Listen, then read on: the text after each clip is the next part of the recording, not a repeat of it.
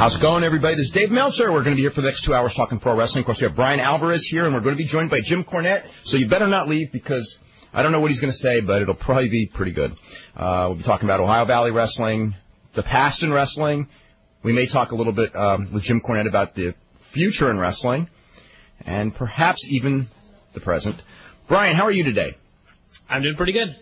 That's good. How was the weekend? It was good. It was good. A lot of it was very hectic, but it was fun. So hopefully that I won't suffer tomorrow because of it. Why, are you behind? Yeah, I am. Way behind. I'm in decent shape. I got like a couple of big articles that I wrote. I wrote, article about New Japan and everything that's going on there, and Ricky Choshu's, being resigning as booker. And I'm about 2/3 of the way done with my article on the WWF. As much as I can say, it's pretty.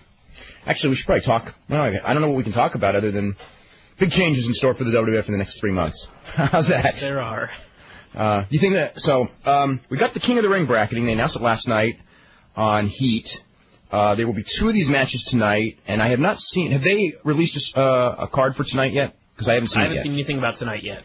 Okay. Well, 2 of these 4 matches are going to be tonight, and the other 2 are going to be tomorrow night, which will air on Smackdown. Kurt Angle against Jeff Hardy, which I'm presuming these 2 are tonight, and Big Show and Christian I'm presuming are tonight, and I'm presuming Rhino and Tajiri and Perry Saturn and Edge are on Smackdown, which means, what does that mean, Brian? Actually, these could go many different ways. One you got to man figure. Is not fit. How about that? Perry Saturn?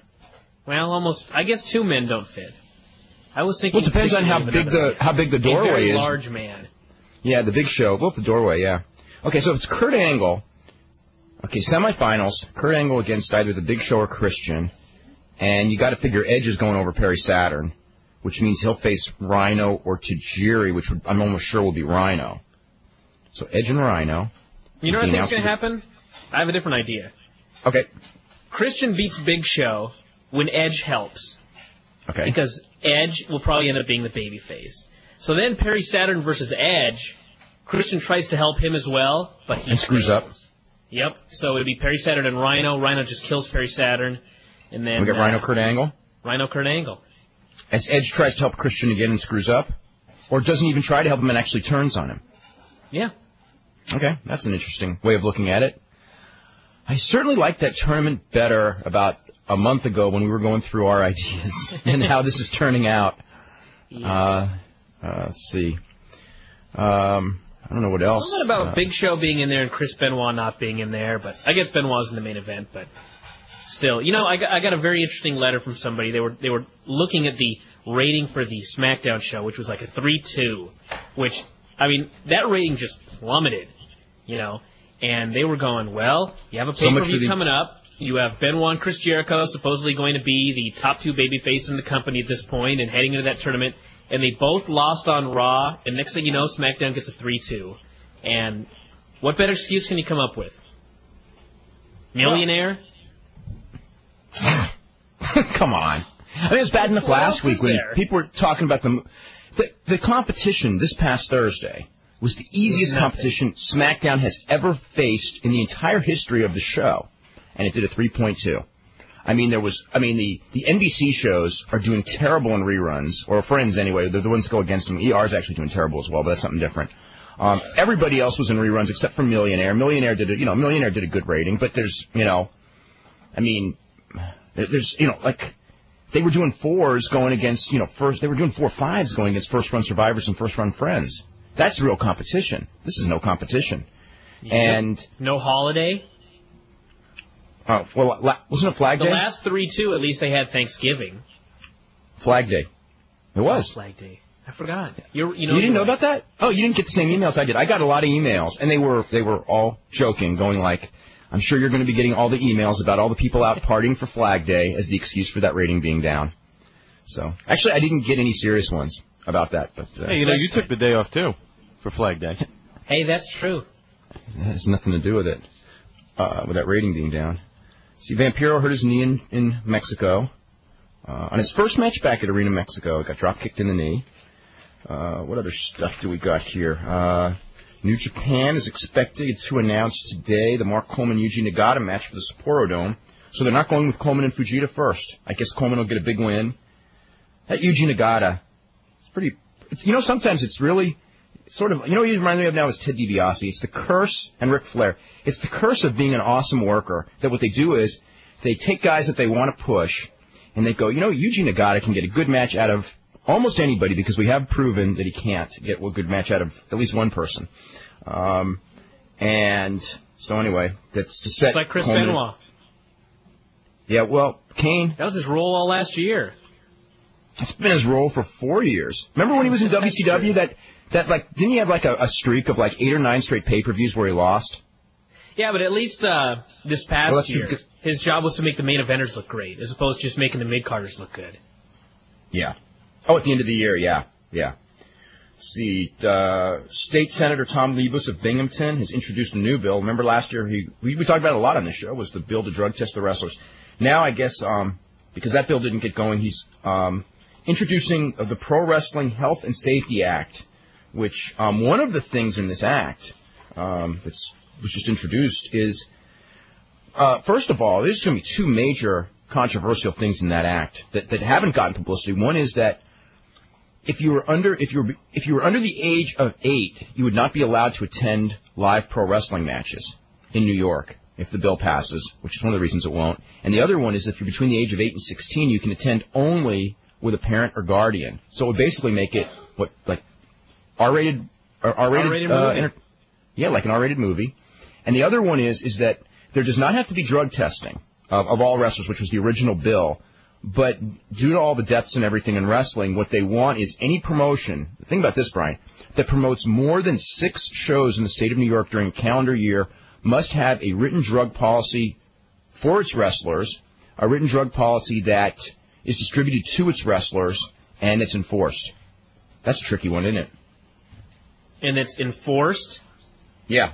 I don't know what that means. Wasn't there something in there, too, about how the doctor had to do something before the match to make sure everybody... Oh, doctors have to check, give examinations to every wrestler before they go in the ring. What exactly does that mean, an examination? I just went to the doctor today for a physical. I don't know. I mean, they've been doing blood pressure in New York for 100 years. So that, I don't know if that's necessarily new. It just may be, and it's already mandated.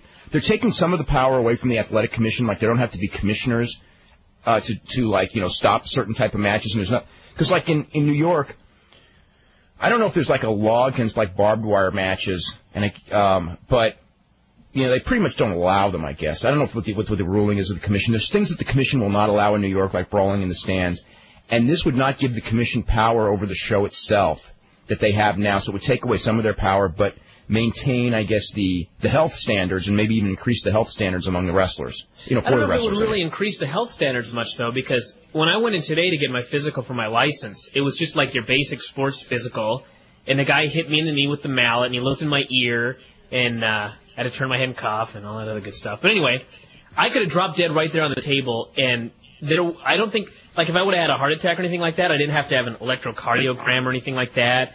He didn't... I did. None of the tests except for blood pressure, to let you know if I was just going to sit there and die. I had to get all that stuff done. I had to get my eyes tested, everything in New Jersey. Everything. To judge. To judge, not even to compete. That's right, to sit and watch fights and score them. I may have to do the drug test, but the drug test results won't be back for a few days now. So, yeah. What good is that going to do at a show an hour before bell time? No, well, in the long run, though, if they come back, you won't be able to do subsequent shows. Yeah, I guess that's true. Yeah. What other stuff? I want it to be publicly stated ahead of time, on the record, that I am against this move right here, and that is that Matt Ratz will be doing a pay-per-view live on October the 28th. And I told the people involved when they asked me months ago about that, in no uncertain terms, that you need television first, but they think they don't. I don't understand why people keep trying this. You know what I mean? How many failures does there have to be before someone goes, maybe this isn't the best idea? Well, maybe wow. Wow even had syndicated TV. What was it, 0.0015 or something? Something like that. Yeah. Like 8,000 buys out of 40 million homes. And Matt Ratz is going to run a pay-per-view? I think it ended up with about 12,000, didn't it? But still. I'm sorry. Almost made it sound like a bad buy rate. Oh, my God. Friday night in Memphis, they had the big Memphis Legends show, and I didn't hear that the wrestling was good, but I talked to many people, and they all said they really had a good time. Especially the people involved in the show were very happy to see all these people they hadn't seen in 15, 17 years. You know, when I go to my high school reunion, I'm not going to try to sell tickets, but that's another story. But everyone had a good time, and the Road Warriors were together as a tag team. Hawk wrestled, and Hawk was apparently in pretty decent shape. And Stan Lane was there, and Curt Hennig was there, and, of course, Jerry Lawler and Jimmy Hart, Rocky Johnson, Jimmy Valiant. Oh, my God. Rocky Johnson's like 60 years old. And Jimmy Valiant's probably older than that. The Bushwhackers, who got to be pretty close to that age, too. Bill Dundee. How old must Bill Dundee be? No guess, huh? He's old. 60, Bill? 60, I don't know.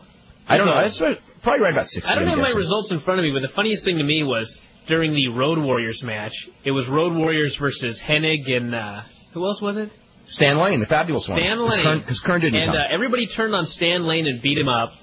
And who should make the save? Who did make the save? I don't remember who made the save. Where the hell are my results here? I don't know who made about 600 years old. Bill Dundee, probably. I don't know. I think it was, oh my God. Jimmy Valiant? I don't know. Fair enough. Jimmy Valiant, I think it was, made the save. Sputnik Monroe? I don't know. Fargo? Fargo's probably the oldest of all of them. Fargo or Jimmy Valiant Lance. made the save. Lance is the oldest. No, it wasn't Lance. But I was just reading this and I was going, imagine this man making the save and running off the Road Warriors and Curt Hennig. It probably was Valiant then, at 145 pounds. It was just incredible to me. Oh, God. I have to bring this up. This is actually for journalism. It has nothing to do with wrestling. Although it has nothing to do with wrestling whatsoever, but this is more for Brian. It's something funny. Okay, you probably heard, since I probably emailed you 3 times about it over the weekend, about the death of the Menser brothers, who were bodybuilders in the 70s and early 80s. One of whom, actually both of whom, I don't know either of them, but I have, hold on.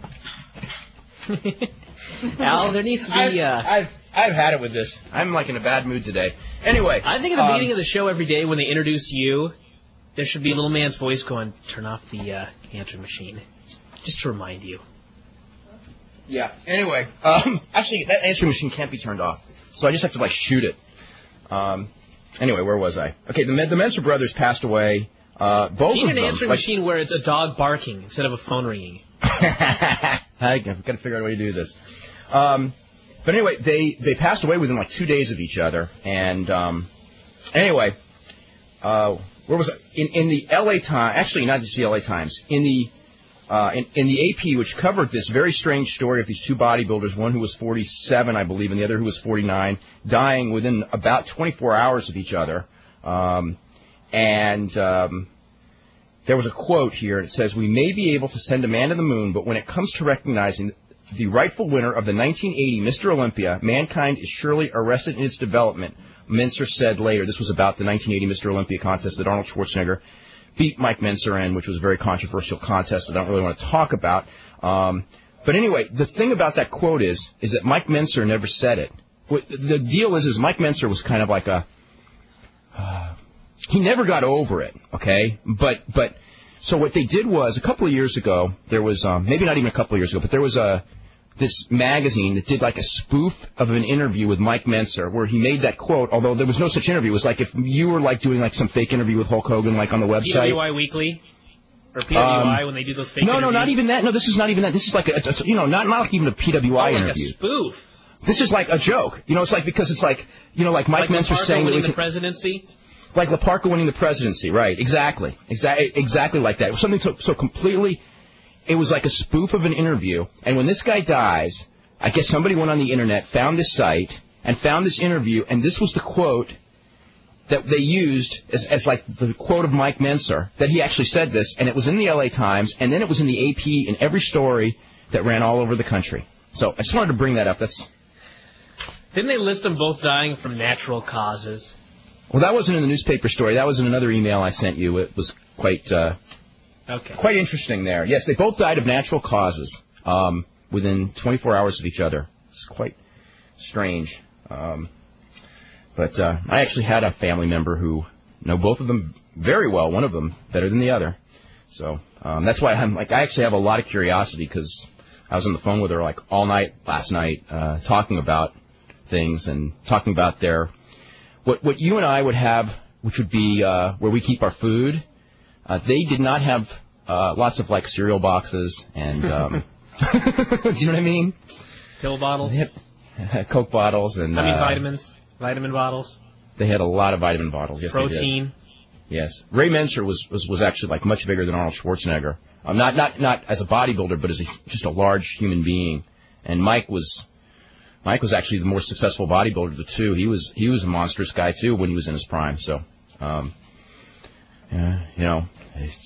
can I say? I don't know what and else I would to just say. like to add that these two bodybuilders, who died of natural causes at 47 and 49, they cycled their protein shakes and other health food supplements, whereas some in wrestling do not. And there's a lesson to be learned from that. Actually, they may not have. Which, they probably cycled it to peak for contests, but I don't know. I mean, again, I don't know. I don't know that well, but I think the lesson to be learned from that, not so much as that is, but of the guys, whatever they were doing is probably minuscule compared to what people today are doing. I think that's more of a thing than their cycling, or when they were on or off or things like that. So they both did have health problems. Ray had some disease that was eating away at his muscle and caused him to need it. He was on kidney dialysis. Mike had heart problems. So, they had their health problems in the last couple of years. Anyway, any other stuff? Let's see. Any other big stuff to talk about? Pride pay-per-view was this weekend. The Pride pay-per-view, that's right. Have you watched it? Yeah, I saw the whole thing. Oh, okay. Well, then, what were your comments? Anybody who has anything negative to say about Fujita versus Takayama, I take exception to what that person has to say, because that was those a hell of a guys fight. Beat the ever-loving hell out of each other and put on quite a show. And great, they're pro wrestlers, but say Pele was really a soccer player. Does it really matter? He went in there and he had a hell of a fight. Speaking of that fight, that was a good fight as well. The Pele fight? That was a really Matsui? good. There were a lot of good fights. I thought Dan Henderson. I really liked Dan Henderson and what was it? Akira Shoji. That was a good fight. Yep. Chuck Liddell and Guy Metzger. What do you think of the announcing with Stu Quadros and Bas Rutten? I think that for the most part it was pretty good. I did a lot of fast forwarding when the matches were over through the from match to match. So I don't know what they said like in the media in between that part. But anyway, the Fujita and Takayama, I thought they did a good job as far as just, they didn't run these two guys down because they were pro wrestlers. They said, these guys are two pro wrestlers that are proving that they're fighters, and really put over Takayama. And I almost thought it was kind of like they were doing a little too much for the poor guy when at the end of the fight he'd just been beaten senseless, and literally he was unconscious for the finish. And, they're just going, man, I wouldn't mind seeing this Takayama fight again. And I kind of thought, well, we probably will. I don't exactly want to see this guy fight again, but he did put on a hell of a fight. Yeah. I think at the beginning they were kind of like wanting to rip on Takayama in that, he, but like 5 minutes into the fight they're having this great fight. So what can you say negative when they're having an incredible fight? You can't go, oh, he's just a pro wrestler. In fact, Stephen Quadros, I guess probably about midway or late in the first round, actually went on a speech about the internet fans, going all you people who knock pro wrestlers, look at what look at what we're seeing here. Yeah. Saying pro wrestlers don't belong here and things like that. These guys, when they brought up Sakuraba and things like that. By the way, Sakuraba's going to fight on the next Pride on July 29th, which may or may not be a good idea. The whole thing is, I know that Fujita and Takayama are far less skilled than virtually everybody else on this entire card, and they're in the main event. But the point is, they drew all those fans, so what's the problem with putting them in the main event? It's not like they did a work fight. And you know what else? It's like, you know what?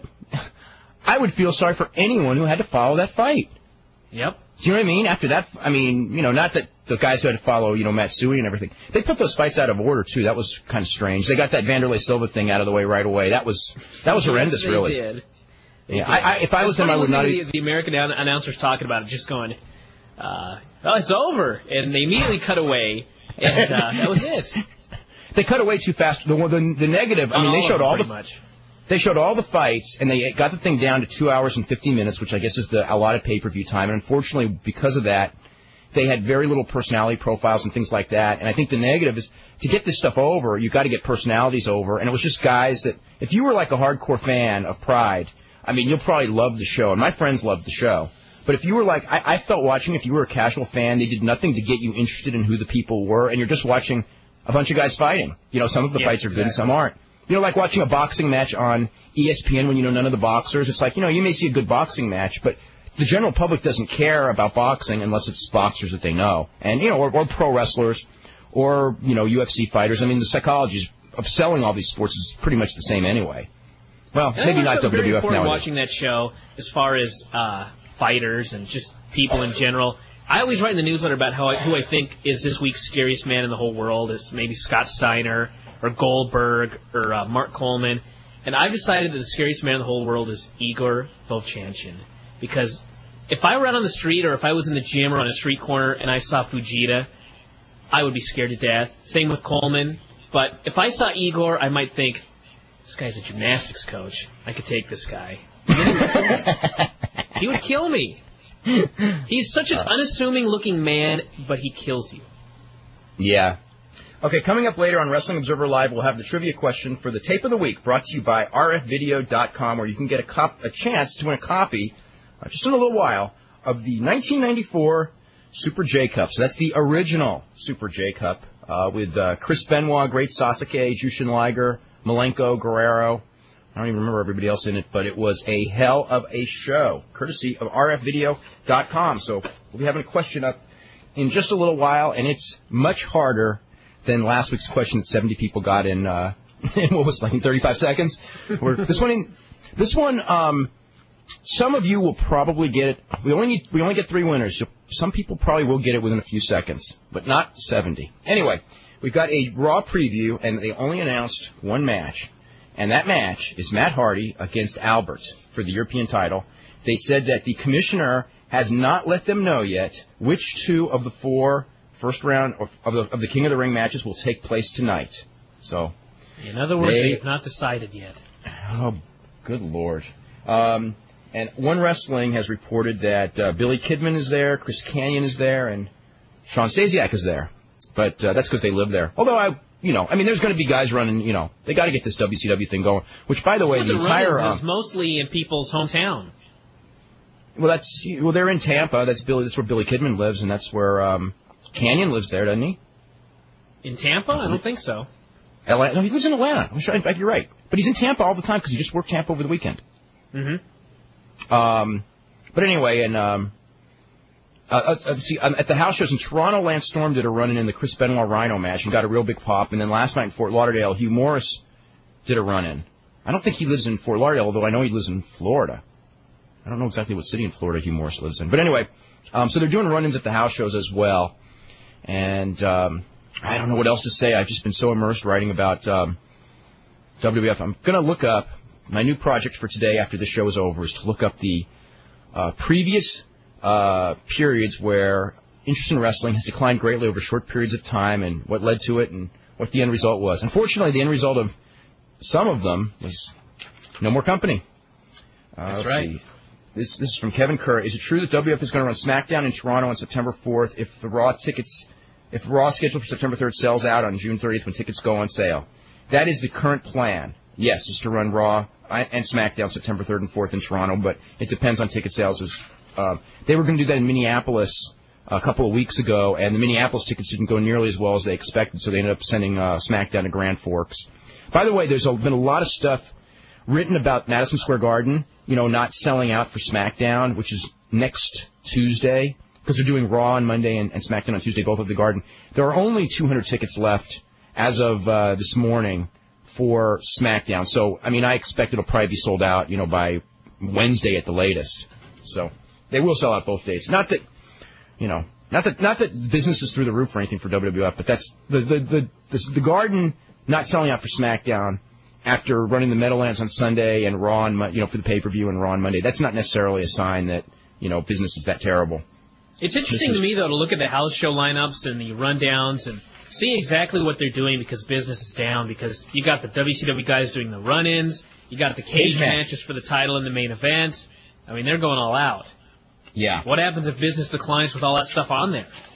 Yeah. Well, it is. Yeah. Where do you go? I mean, the house shows down. The promotion versus promotion thing has to get hot. I mean, that's basically, this is the most important thing, I think, in the history of their company, in the history of this industry, is if this promotion versus promotion thing doesn't take, and it flops, it's really bad, because then you got nowhere to turn. The one thing is that even though things are going down at a rapid rate right now, there is that one thing to turn to and go like, hey, we got this, we got The Rock and Triple H coming back in the fall. There's a lot of stuff in the fall that looks like it could turn things around. So it may just be a bad summer, but if that stuff doesn't work, then it's going to be a bad period. This is from Dan, we've got a lot of long letters, by the way, about things that are going on in wrestling as far as the current thing, and I got some comments on this. It goes, wrestling, like anything else, is cyclical, and it's obviously, this is a downturn, but I think it's much different even than compared to 8 or 9 years ago, because there's so much more trying to take your entertainment dollar. That's true, but that has nothing to do with television ratings, because television is free. You know what I mean? Yep. I had a lot of people go, well, the economy, and it's like, the economy should increase television ratings theoretically, because more people are not going out, and more people should be watching television. And also, if television itself, the entire genre of television was down 30%, we could say that WWF is just a part of the television universe, and it's going down just like television is going down. But we're not reading these stories about television going down. WWF is going down quicker than television, so it's WWF. And if you look at all these cycles, I mean, there were things that were happening in these previous cycles, and no cycle ever went off the cliff like this. Not this quick. There have been cycles. There have been periods that have gone off the cliff, but not in 9 weeks. No. The quickness is really scary. I'm going to go through with this. Jim Cornette's actually online. Let's get Jim Cornette up, but I'm going to finish the letter. Dave, how are you? We're doing really good. I'm just going to finish this letter real quick. Okay. And then, we're talking about the current trend of wrestling. Actually, we got some stuff to say about. We've been watching your tapes, Jim. And you know what? And one thing I got to say is that because we've said it on the show like almost every day in the last week, that we are probably more interested in your show a week from Wednesday than we are for King of the Ring, because we've known every match on your show. Fargo's going to be on my show, if you should be. No, but we've known every match, and I watch your TV, and everything, we're 2 weeks behind on your TV, but everything on your TV reinforces the matches that you're booking for The Last Dance, whereas we watch WWF TV, and like here we are 7 days away from the pay-per-view, and we literally know 2 matches on that pay-per-view. 7 days away. So anyway, I'm going to finish this. Well, okay, go ahead and say something. I was just going to say, I got to be honest, I'm not up on WWF television myself over the last several weeks because I've been so busy with our show, so I don't know. If I had seen it, maybe I could figure out some way that they were going that they specifically wanted, and I could say, well, hey, maybe they're trying to do this, but the fact is I don't really know what they've been doing. But I book our television for wrestling fans, and they're writing for entertainment fans, I mean, of all walks and shapes and sizes. So I just do what I think wrestling fans would like to see. Okay, but is there a reason, if you're booking for entertainment fans, that you don't, like, let's say 3 weeks out, give people the entire card? I can't think of one, but give me time. Other than they don't have the card. I mean, that's the reason. But, I ask a question. So, I remember you from Smoky Mountain. And I remember one time, I was in Tennessee, and you were talking to me about a good time to come back and watch Smoky Mountain. And this was probably, I'm guessing, right around now, maybe April or June or something. It was early in the year. Right. And you were telling me, Thanksgiving would be a good week. And then you showed me your book and did a little shh. And then you showed me the cards for Thanksgiving, like in April or June or something. So. The thing with King of the Ring is this isn't even an aberration, because it's like this every month. Well, you got to understand that to me, and that's the way that it was traditionally done. That's wrestling booking. And to be honest, Vince McMahon, both senior and junior, at WrestleMania of one year used to be able to have a pretty good idea of the WrestleMania main event the next year. But the problem becomes, and the reason why I've got an advantage, I don't care what our TV ratings are because I can't really do that much about it. and we don't have any other outside influences such as merchandising streams and pay-per-view, and partners involved in huge businesses, and you might get a new talent or somebody might break their leg. Let's face it, I don't have any mega superstars, so if one guy breaks his leg, it's not going to screw with me that bad. God bless everybody. I don't want anybody to be hurt, but it's not like I could lose The Rock because I don't have The Rock. So anymore, they're looking at the television ratings every week, and they've got advertisers, and they've got a ton of people, screaming at them from all sides, always satisfy my needs. So there's a lot more changes and a lot more revamps and a lot more, oh gosh, I just thought of this, than there is in a promotion like mine because, I pretty well have got an idea who's going to be here, and barring injury, I'm going to do something, and, I don't care what the ratings are because we can't do anything about it anyway. The ratings are pretty good, actually. We are on a good station here in Louisville in that there are 4 major ABC, CBS, NBC, Fox stations, and then we are on the WB affiliate, which is brand new in the market, really, only about a year, but it has a signal that reaches over 1 million people. It's an incredibly strong transmitter, so it's a young station that's growing, much like OVW is a young promotion that's growing. So we are on a small enough station that they don't just knock the heck out of us for network preemptions, but we're on a station that has an incredible signal and a great reach and is getting bigger, and so as it does, we do well. We generally do a better number than their Saturday night primetime movie, and we're on from 11 p.m. to midnight. We're hovering around a 1.5. Sometimes the bottom falls out of it, and, we did a deal where we got a 1.7 quarter-hour rating for color bars here not long ago. But yeah, there was a mix-up between the station and the cable company, and their feed wouldn't go through, so all the cable customers got color bars. That was the highest-rated quarter-hour of our program. 1.7? Which shows that Nielsen basically was a mark.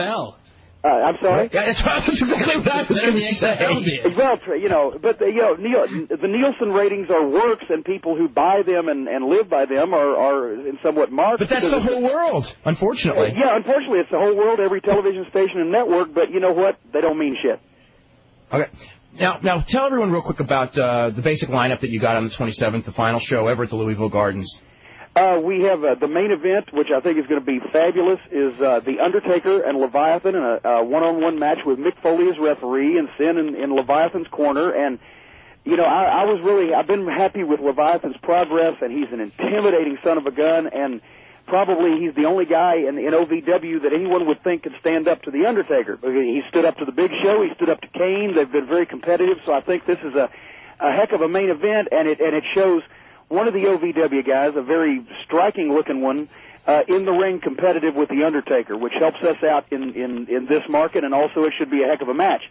And then also the Minnesota Stretching Crew was scheduled to face Perry Saturn and Dean Malenko, and we are on a day-by-day kind of thing with that because Shelton Benjamin still has an elbow injury. Saturn and Malenko will be here. Unfortunately, it may not be able to be the crew, but I just don't know because Shelton's a kind of guy that can suck it up and sometimes do it, but we got to see what the doctor says. But as well, Flash will tear the house down, steal the show with Chris Jericho for the OVW title. I think both guys are looking forward to that. They knew each other in Smoky Mountain just briefly. And Chris has heard a lot about Flash. Flash obviously has followed Chris, so that's going to be a tremendous match, I think. Kurt Angle and Eric Angle once again were scheduled to make their first teaming as pros against Payne and Damien, the Disciples of Sin. But Eric Angle, as you know, had a torn tricep and had surgery, and he got an infection that set him back. So now it looks like I'm going to have to switch places and put someone in Eric's place. Eric will still be present, still be involved in the match, but it doesn't look like he's going to be able to wrestle at this point. It's going to be Mark Henry are wrestling Mr. Black in the Prototype. Nick Dinsmore and Machine in a rematch with a lot more time of that match that you saw on television they had just recently that was fabulous. Mm-hmm. And, several other matches, including also, this is going to be a highlight of the night. Donna Daring, OVW's rookie referee, is going to wrestle Tony Vanetti, the afternoon drive time DJ for 100.5 The Fox here in Louisville, in the Battle of the Sexes. Is going to make Billie Jean King and Bobby Riggs look like a tea party. I saw that angle, and it reminded me of a bad episode of Blind Date. Exactly. I actually saw the same angle on Blind Date about 2 nights later. The Battle of the Sexes match at The Last Dance is going to be our concession to sports entertainment. And then also, I'm excited, and a lot of people are around town, including the programmers over at the Fox. Everybody remembers the fabulous Jackie Fargo, handsome Jimmy Valiant, Bill Superstar Dundee, Rocky Soulman Johnson, and beautiful Bobby Eaton are all going to be in the Legends ceremony, which is going to be my favorite part of the night, including Jackie Fargo was on the first Gardens wrestling event in June 1970, and he'll be on the last one in June 2001. Now, how's Bobby Eaton doing over there? Bobby has been great. As a matter of fact, he started wrestling now over the last 2 weeks in addition to training at classes, and he had a really good match on television in his debut.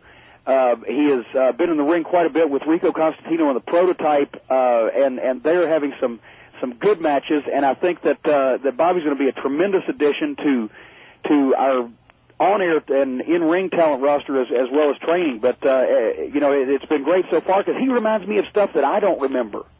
And brings a fresh approach to things and brings a fresh way of doing stuff in the ring that is a change pace from Danny Davis's at the classes, because everybody does things differently. And now the guys are getting a lot more different points of view and feedback on how things would be done.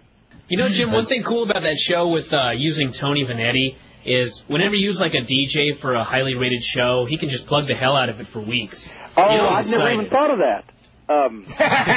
Actually, but no, and also I want to say something. I heard a little bit of the letter you were reading when they first connected me. Not too much of it, but business is going down. Oh, woe is me. Here's the thing. Everybody, they overanalyze everything. Of course, the business is going down. It goes up and down. That's what it does for the past 90 years or whatever. And it was time for it to go down because it was just about as big as it could be. And WrestleMania was the record. Okay. That's true. That's true. But it's going down. If it was just slowly going down, it's one thing. But it's going down way too fast. It really is. I think the quicker it goes up and the farther it goes up, the quicker it's going to drop off. But that doesn't mean that everybody's going to go broke and the end is near. Well, everybody did go broke. Except for Vince, everybody matters. I mean, Eric Bischoff, Ted Turner, I don't care. They can go broke. Paul Heyman, he can go broke. I don't care. But anybody that matters. I think the thing is that you got to cool something off and then get something started again. And as I told Russo one time, I said, what happens if you floor a car and you just drive the engine as hard as you possibly can for as long as it goes until it blows up? I said, that's what you don't want to do that. It's a good thing for it to go down a little bit just so that everybody can go, okay, we need to revamp some things and blah, blah, blah, and then you shoot something else. I mean, Jerry Jarrett used to be able to turn the territory around in 3 weeks on a small regional scale. It takes longer nationally. It takes longer, the bigger you are, but it can still happen and happen pretty easily. But Russo did learn something about what I told him, because he engineered then the biggest blow-up of an engine of a well-funded wrestling company in the history of man. Yes, he did. It's nice to know people learn things. Let's see. Did WCW ratings ever fall as drastically as the last 9 weeks of WWF? No, not even close. Let's see. What else? There's not a dogfight anymore on Monday nights. That hurt. And if you get somebody watching Springer, they want to see people argue and fight. They don't want to hear one guy bitching for 10 minutes about how miserable he is and yelling at somebody that's not there. So you've got to now get them interested in something else besides the idea of the dogfight. Do you think WWF creating a war with their own WCW will work that way? I don't know whether it'll work as well or not in that respect as it did when everybody knew that they were two companies that were at war. Now they know it's one entity that owns both, and the fact of Vince and Shane being at odds with each other over who's got, which I'm, actually loving to see what goes on there.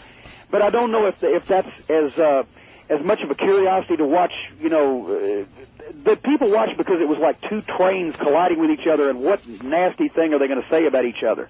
I think WCW is a great opportunity to establish interest in a different kind of wrestling promotion or a different wrestling promotion and let it get its own fans. And the payoff, as it usually is long-term when people get into WCW, hopefully as much as some of the WWF, and they have some type of interpromotional matches. That's going to be, it's tailor-made for Japan. Maybe they can educate the people here that that's something that they'd rather see than the Jerry Springer type, is Ted going to hate Vince this week? It'd be better for the business long-term overall. It's from Garen Shea, who said that, he goes, I believe that Nick Goulas used to run Louisville in the 60s. Who promoted Louisville before that? Actually, Goulas opened up June of 1970 at the Gardens. Louisville was dormant for, I think, almost the whole decade of the 60s because it was actually a city that was owned by Dick the Bruiser's Indianapolis territorial office. But they never ran it in the 60s because it didn't do any well or any good for the, few times they did run it in the early 60s. It was a dead wrestling town. And so when Goulas and Roy Welch decided to expand northward to Evansville, Indiana, Louisville, Kentucky, and Lexington, Kentucky, they got television on in these markets, and Christine Jarrett was the local promoter that handled those towns. And so 1970 was really the first wrestling history of Louisville for like the previous decade, and then in the 50s, things were all over the place on an intermittent basis. So that was actually the Before first... that, you go back to Elvira Snodgrass and Mildred Burke, and I don't know that much about the wrestling history of Louisville back then. That's about the only match that I remember from that one, too. Let's see. Could Jim tell the story he told on RF Video about when Roy Welch shot Sam Bass? I don't know the story. Well, the guys in the Tennessee territory and all over the South, they were big ribbers back then, but they were heavy ribbers. And, yes, with guns. Yeah, and shooting each other was one of the better ribs. There was a famous story about the Fargo brothers shooting each other. But no, here's what happened. See, Johnny Valentine was nothing with that stuff with on the food and everything. Well, no, but hold on, there's more to the story. There was a lady that worked in the wrestling office in Nashville that was fairly susceptible to a lot of these ribs. The X-Lax and the candy thing when there was no bathroom on that floor and the whole 9 yards. And so one day, Sam Bass comes into the office and says, I want to see Roy Welch about my money. And she's like, well, Roy's busy. Well, never mind, I'll go in there. And the door slams, and there's all this cursing and commotion going on, and bam, hear a gunshot. Bam, another one. She runs in there, and there is Roy Welch with a gun in his hand standing over Sam Bass laying on the floor. And Roy says, we got to get rid of the body. I can't remember the lady's name. We got to get rid of the body. Help me. And Roy Welch made her help him carry the body down the back stairs and throw it in the dumpster, is the way I heard the story. Well, Sam, it was a blank gun. That's what they always did. That's what the boys did in front of people. So Sam jumps up as soon as they go back in, runs up the other way, and when they come back into the office, there's Sam in Roy Welch's chair slumped over with his tongue hanging out like he resurrected himself and died again, and the woman just crapped all over herself. Oh, my God. But, the guys used to do that with blank guns and things. They'd shoot each other as soon as they could get a good crowd or a witness or somebody that would be real entertaining for them. Oh, jeez. As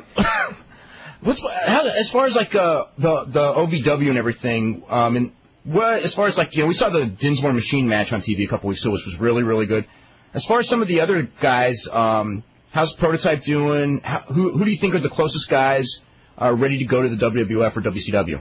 Well, Prototype, answer the first question first, has been a pleasant surprise. Prototype is, to be honest, he missed out on some background on some basics and the rules of thumb and everything. He hasn't worked in a wrestling promotion so far until here that is actually run like an old-time territory. With rules and regulations and political things and conduct that, the typical Bill Watts 101. But he's a dedicated young guy. He's very driven. He is an overachiever. He is very prepared.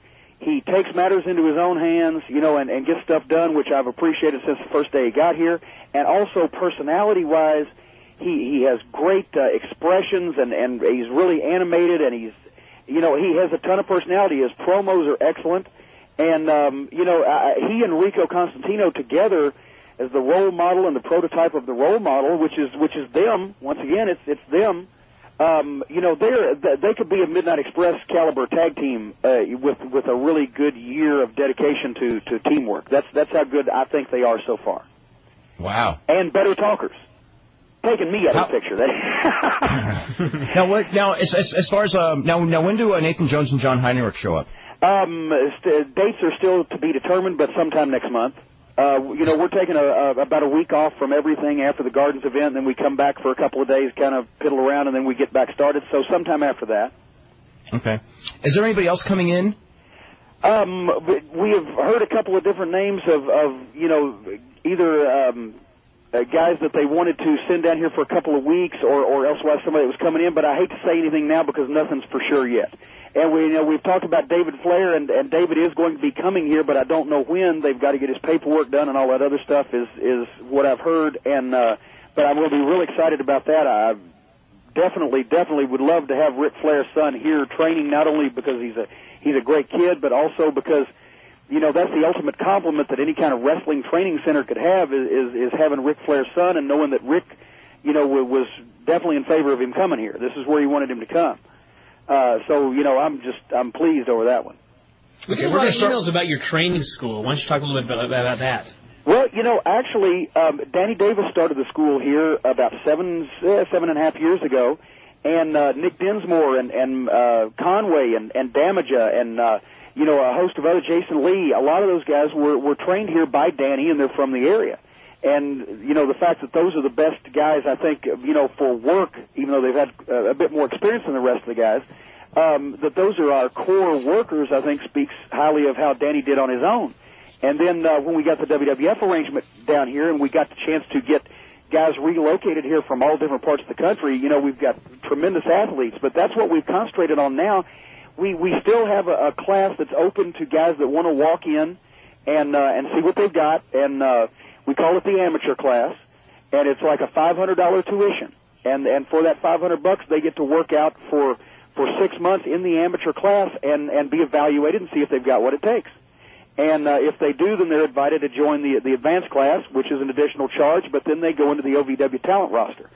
Johnny Spade's another guy who graduated from there, and our referees, all of our referee staff, came through Danny's amateur class. So, we've got several different functions going on, and that we still take guys that want to walk in and see what it takes.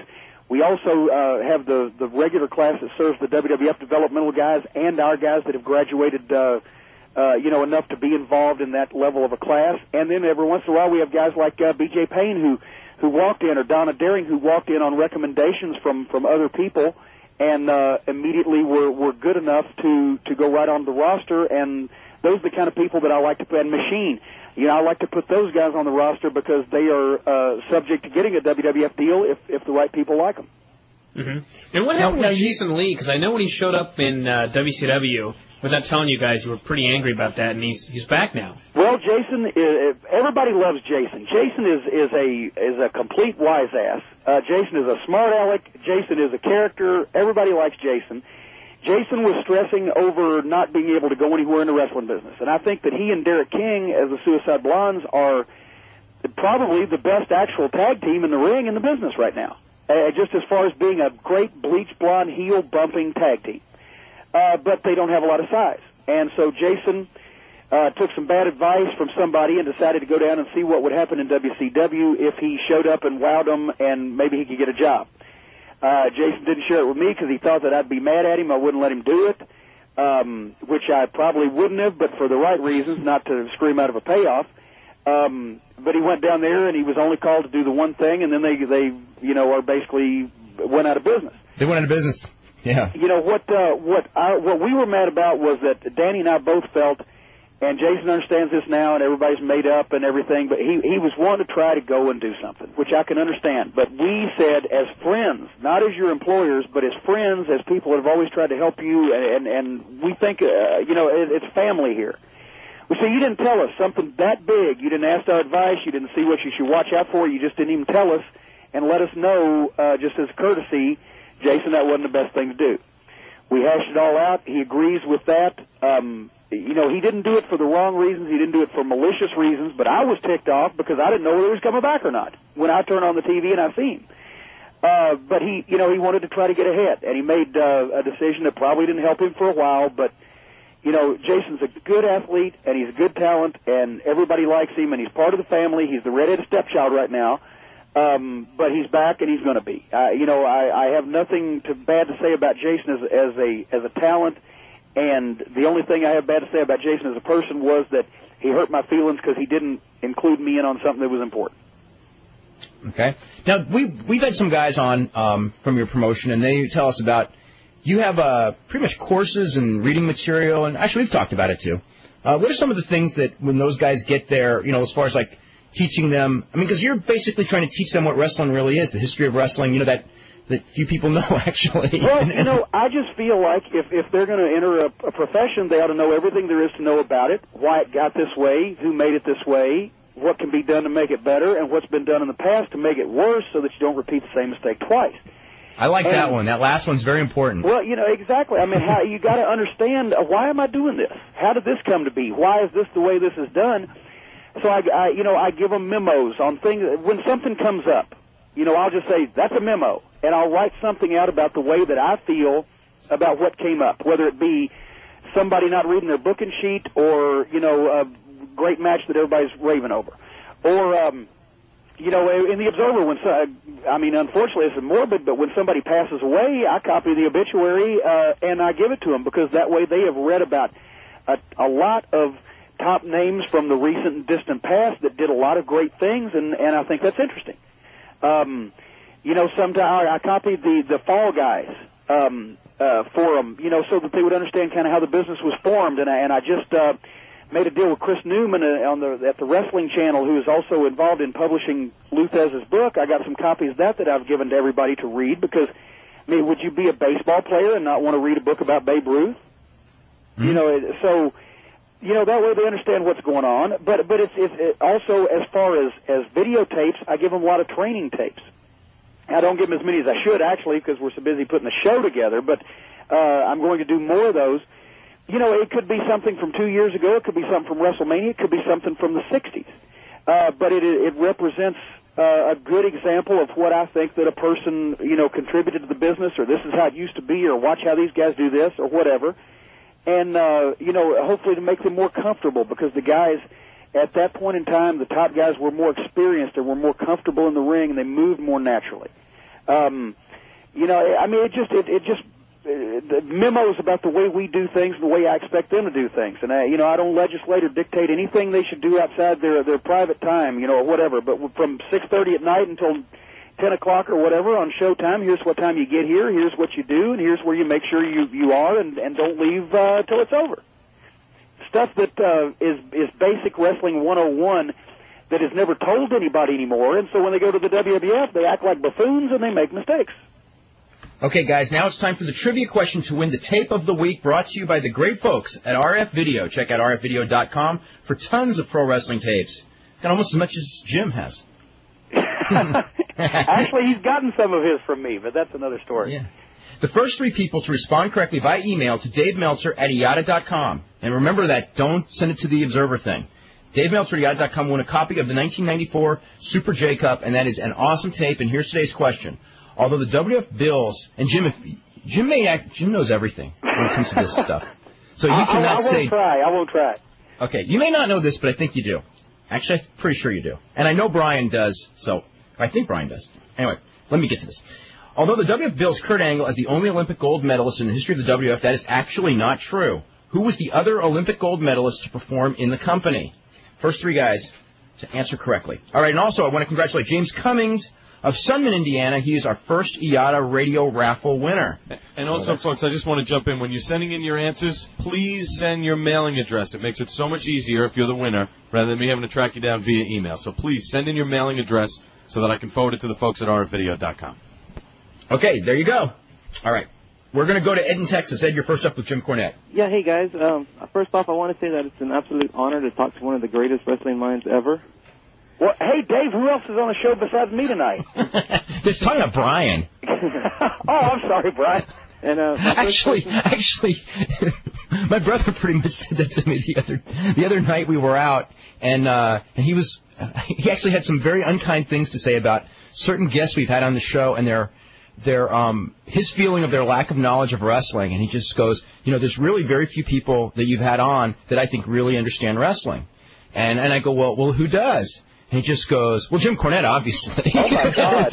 And then he goes, and Brian, of course. Those were like the first two names he said, so. Hey, I checks are in the mail, but... Okay, and my first question for you, Jim, is how did you come about making a jobber tag team by the name of Dave Meltzer and Wade Keller in Smoky Mountain, and which one did you make do the job?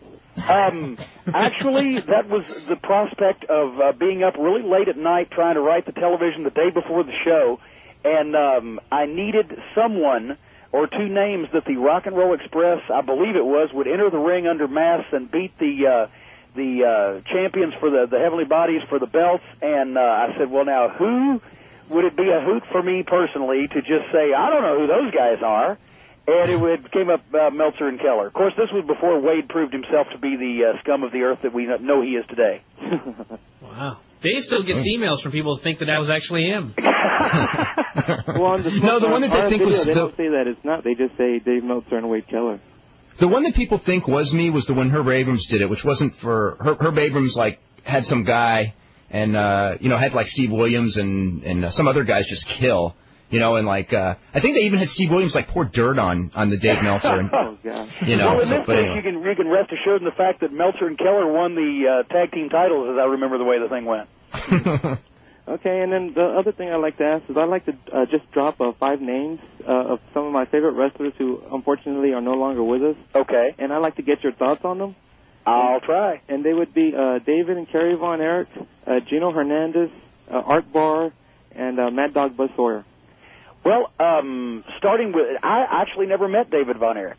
We were never in the same place at the same time until he passed away. But now the other one was Kerry. Did you say? Mm-hmm. Kerry, we worked with quite a bit, and I knew fairly well in Dallas, and then also when we would cross path on the mega shows and etc. And Kerry was actually, God, he was a star. And it's a shame, as Dave wrote in his obituary, the way that things turned out. But for a while there, he was as hot as anybody, and he was not a bad worker. A lot of the Von Erich got a knock for being, crummy, and some of it justified. But Kerry wasn't bad with a talent that could really go with him and work his style. Gino. I knew just during the time that we worked in Dallas, and Gino was Gino. What you saw on television was Gino. He was, he lived in the most expensive apartment in the suburb of Dallas and drove the sports car with all the jewelry, and so Gino was Gino, and he was really successful that's where he wanted to be. I think was Texas, because he could have gone other places, but I think he rather just enjoyed that life there, and so he was quite successful, but he was part of the deal that, Gino and Chris were the homesteading heels to go along with the homesteading baby faces. Mm-hmm. Did you mention Art Barr next? Yes, sir. I knew Jesse. Obviously, I managed his brother, Jesse, in Memphis, one of the first guys I ever managed. And I'd met Art basically when he came to WCW as juicer that time. And then, that was the time, was it not, Dave, help me, when some goof in Oregon wrote letters to the newspaper and WCW got mad at him? There were a bunch of people that wrote that. There was a reporter in Oregon who wrote stories about it, and then they got forwarded to Jim Herd. And then there were complaints in some cities, which were probably by opposition promoters trying to cause trouble. Yeah. But eventually, what happened was Art Barr had a guilty plea for, I want to get the charge right because it's been misinterpreted, but it was a rape charge that he plea bargained down on, I believe. Yeah, whatever the plea was, let's all be honest. Art Barr was fiddling around with some ring rat in the daggum stairway of a building, and the Portland territory noted for having the youngest rats in the history of the business. Well, she was not underage. She was 19. I just want to make that clear, because everyone always thinks that was... Not that I'm justifying anything. I just want to get the story straight. I'm justifying it, because the thing was, the arena rats in Portland were swarming when they were 12, and here was a 19-year-old girl that Art Barr was fiddling with in a stairway somewhere, is the way that I heard the story. And basically, I think she got mad probably because he blew her off. God knows that's never happened in the wrestling business. And complained and wanted to stick a thumb in him. And that's what happened. So he leaves the territory to go continue his career after never going to jail and, making the whole court thing go away. And some reporter who's obviously a perfect human being and very righteous and has never made a mistake or never done anything wrong and never cheated the collection plate in church decides to continue to write columns about how horrible it is that this heinous rapist has been, perpetrating his crimes in a new area now that he's on television nationally, and got enough people to write to WCW that Jim Herd, noted for his lack of backbone in anything otherwise than yelling at sundry office employees, basically ixnayed the guy. which it was a load of crap on everybody's part. He was a real nice kid and a real nice guy and very good talent and didn't deserve that, in my opinion. Okay, and it was actually a blessing in disguise because it ended up where he had to go to Mexico where he became a superstar, but he never got to Mexico. It didn't turn out well, so I always wonder what the blessing was if he could have just stayed in Atlanta and ended up making a lot of money on one of these contracts that came along shortly thereafter and being featured on national television in his home country. Possibly. And with the cruiserweights yet to come in. He could have been the first. And they would have screwed him up like they did everybody else. Well, sure, but he made a lot of money in the process. That's true. He would have been such a good heel, he might have actually got over. And then he would have been screwed up just like everybody else. It would have been worse for him. I mean, the one thing with people always ask me what would happen if Art Barr would have lived, and he would have gone to WCW, probably with Eddie Guerrero, and the first thing they would have done was, because they were such an awesome team, was break them up, and then he would have with each other.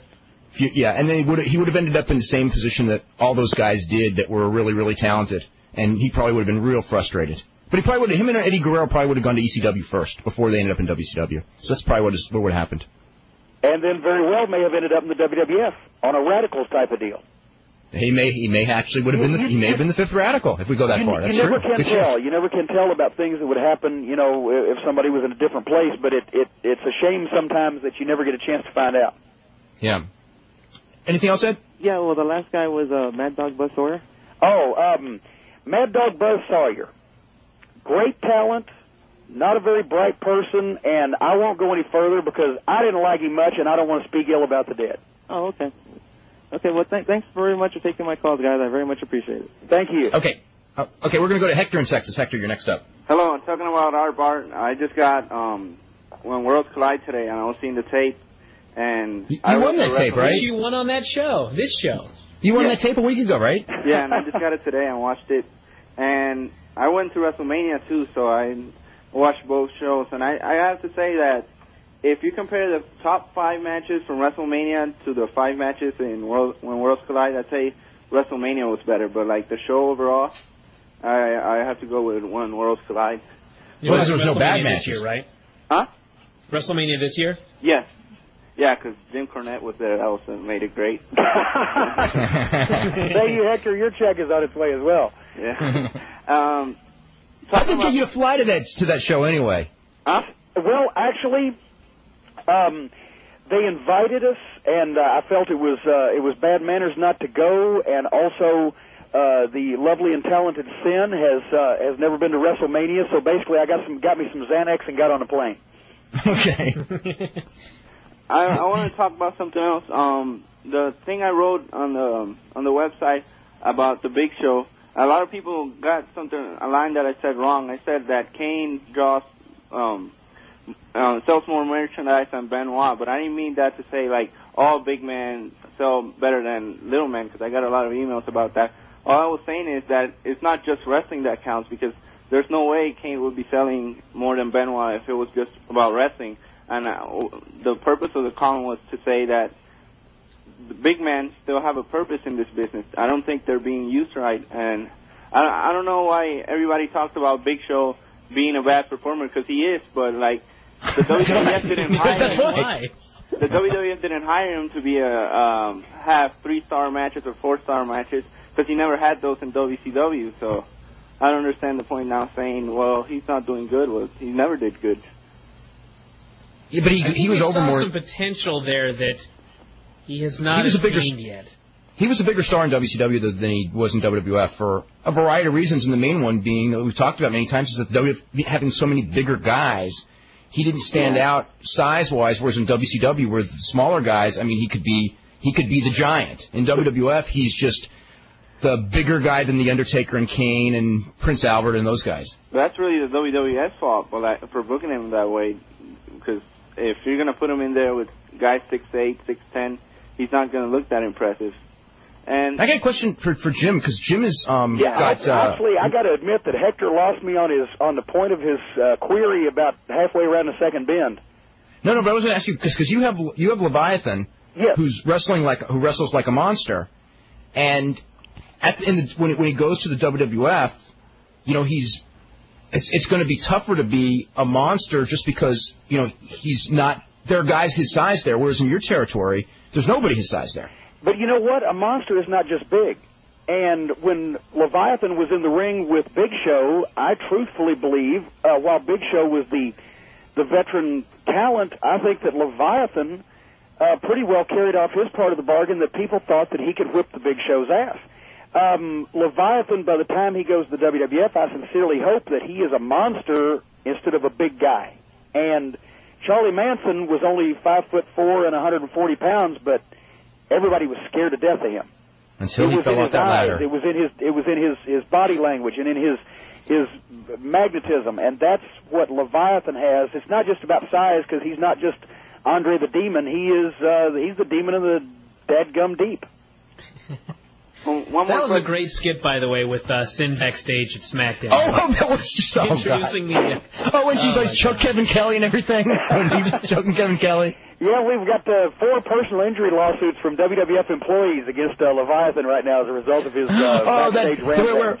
I don't know why nobody saw Leviathan until he stepped in the camera view. Like he was hiding behind this 10-foot cameraman. Well, see, that's because he's a demon. He's the guardian of the gates of hell, so he just materializes. I don't know why, but my favorite part of that thing was when Sin comes up to Kevin Kelly, and Kevin Kelly goes, "Hi, Sin, what do you want?" or something like. I don't like it's like, well, I know, Sin, what are you doing here?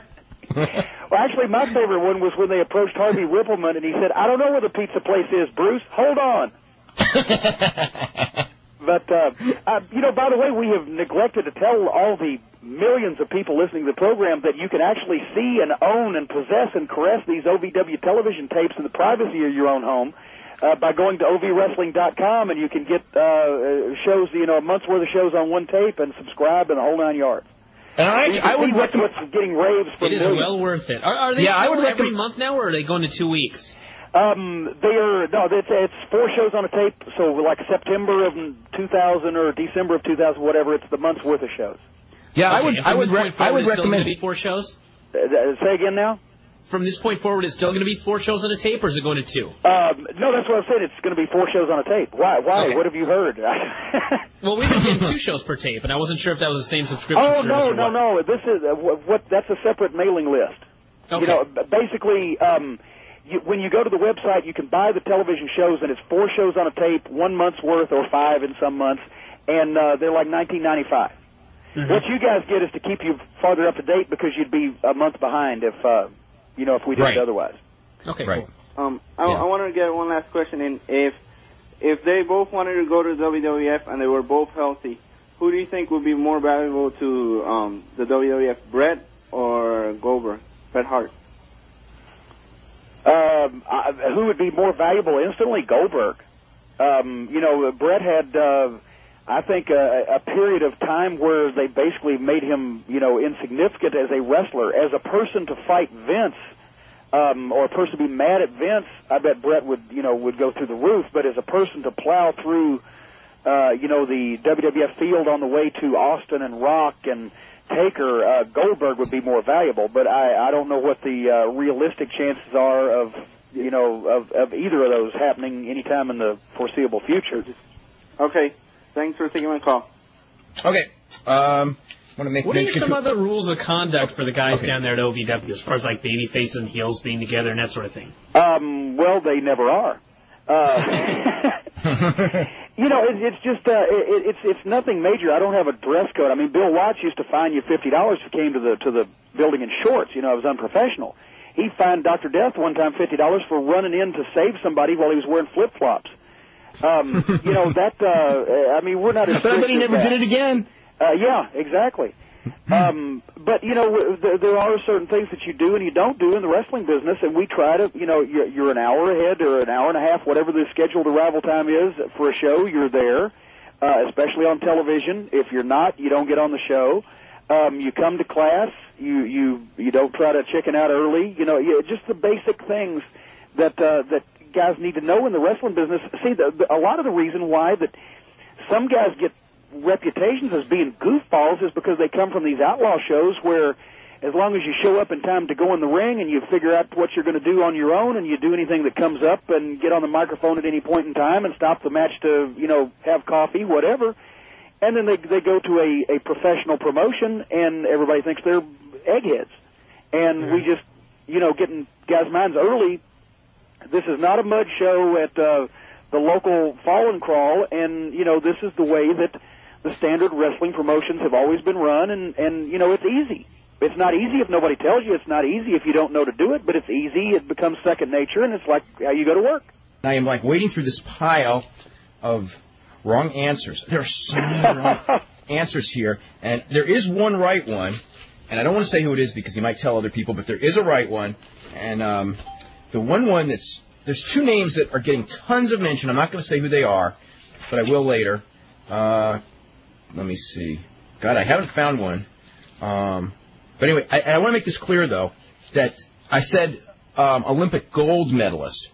There's one name here that was never in the Olympics, but everyone thinks he was, but he wasn't. There's another couple of names here that are being mentioned who were in the Olympics, one of whom even actually medaled in the Olympics.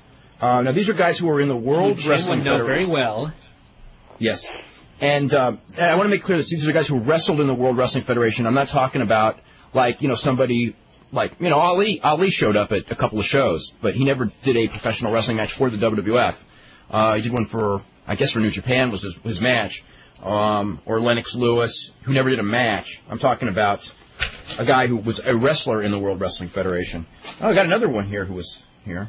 God, I've got so many here. Anyway, let me get to this. This is from Mike King. He goes, I have to comment on a couple of things Jim Cornette said. I love the analogy of the wrestling business to a car engine. Still, I'm positive that Vince Russo didn't learn a damn thing from blowing up his car. I'm so convinced he did nothing wrong I'm so convinced that he thinks he did nothing wrong. I'm sure, yeah.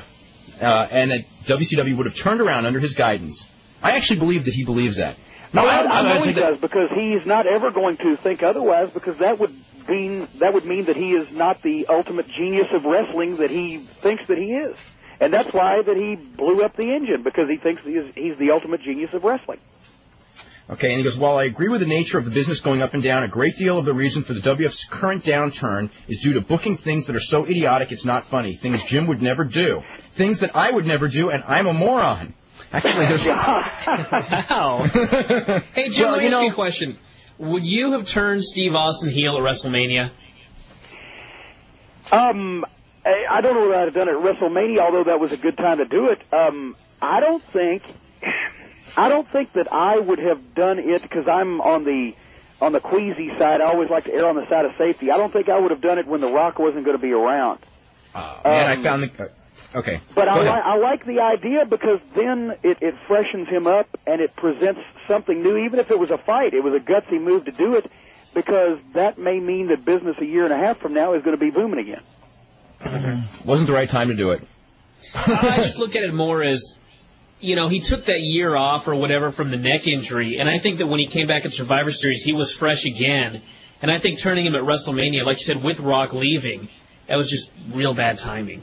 Yeah, I would have been scared to do it without Rock around, but I think, even if he was fresh, he was still somewhat the same. I like the idea of doing it. I may have done it at a different time. That's me, but I think that it may mean that things are going to be really big down the line, which is what I always like to. I don't like to do things thinking they're going to draw this week. I like to do things thinking they might draw in 2 or 3 months, and in a situation like that, you're looking at a year or 2 year timetable. Mm-hmm. This is from Trent Walters, who goes, why was Robbie Dix released? In a nutshell, Robbie had a lot of talent, but he didn't progress. He came in as a pretty good talent and left as a pretty good talent. He didn't grow like the other guys did, was one thing they were looking at. And another thing is, unfortunately, Robbie, his effort was not lacking, but his good judgment was, and he placed himself in a couple of positions where he shouldn't have been if he'd used good judgment, and that didn't help him when it came time to look at guys that were on the bubble. Did he throw a punch at Leviathan? As a matter of fact, that's one of the things that didn't show very good judgment. I had heard that. I read that in Brian's newsletter. Now, as far as the guys that work in Ohio Valley, what expenses does WWF cover, and what expenses does OVW cover as far as like the running of the company? Okay, so basically, OVW covers the expense of running the company.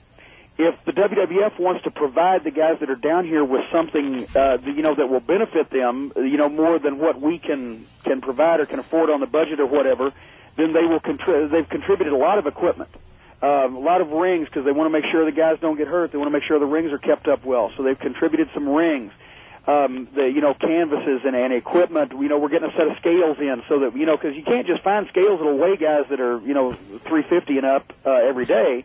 So they contribute to scales, stuff like that. So it's a situation where, in terms of covering our expenses of running the company, no, they don't do that, but they sure do buy us a lot of things that makes the company better that we wouldn't be able to afford all at one time.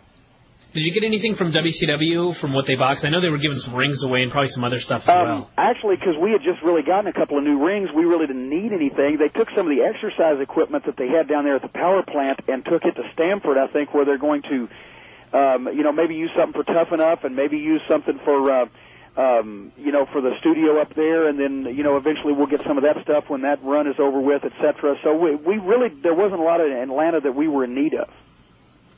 Let's go to Ken in Kentucky. Ken, what's going on? How you guys doing? Hey, really good. Hey, listen, Jim, it's an honor to talk to you.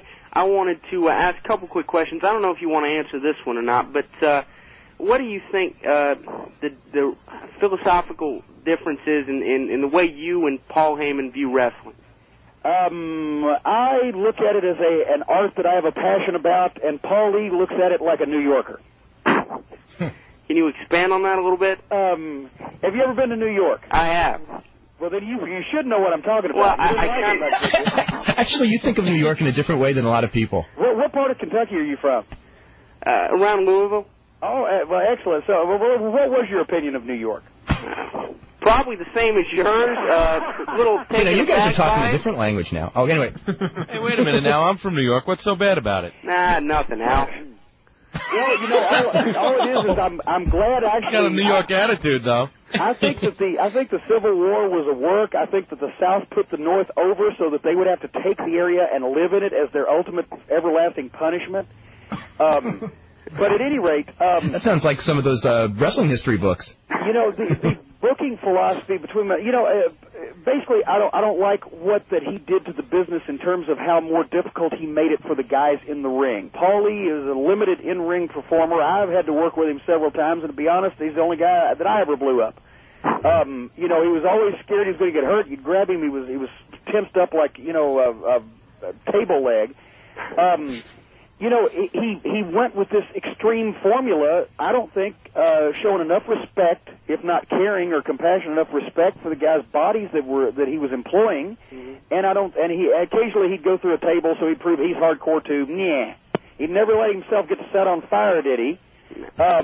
I think it was crap, a lot of the stuff that he came up with on his television that either made people think that wrestling was a stuntman show or a bunch of freaks with tacks and mousetraps stuck on them.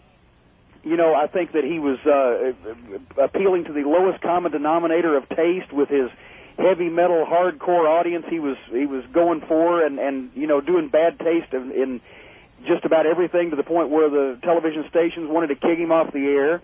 And I think he made the business a lot harder for the guys to get response without fracturing their bodies and shortening their careers.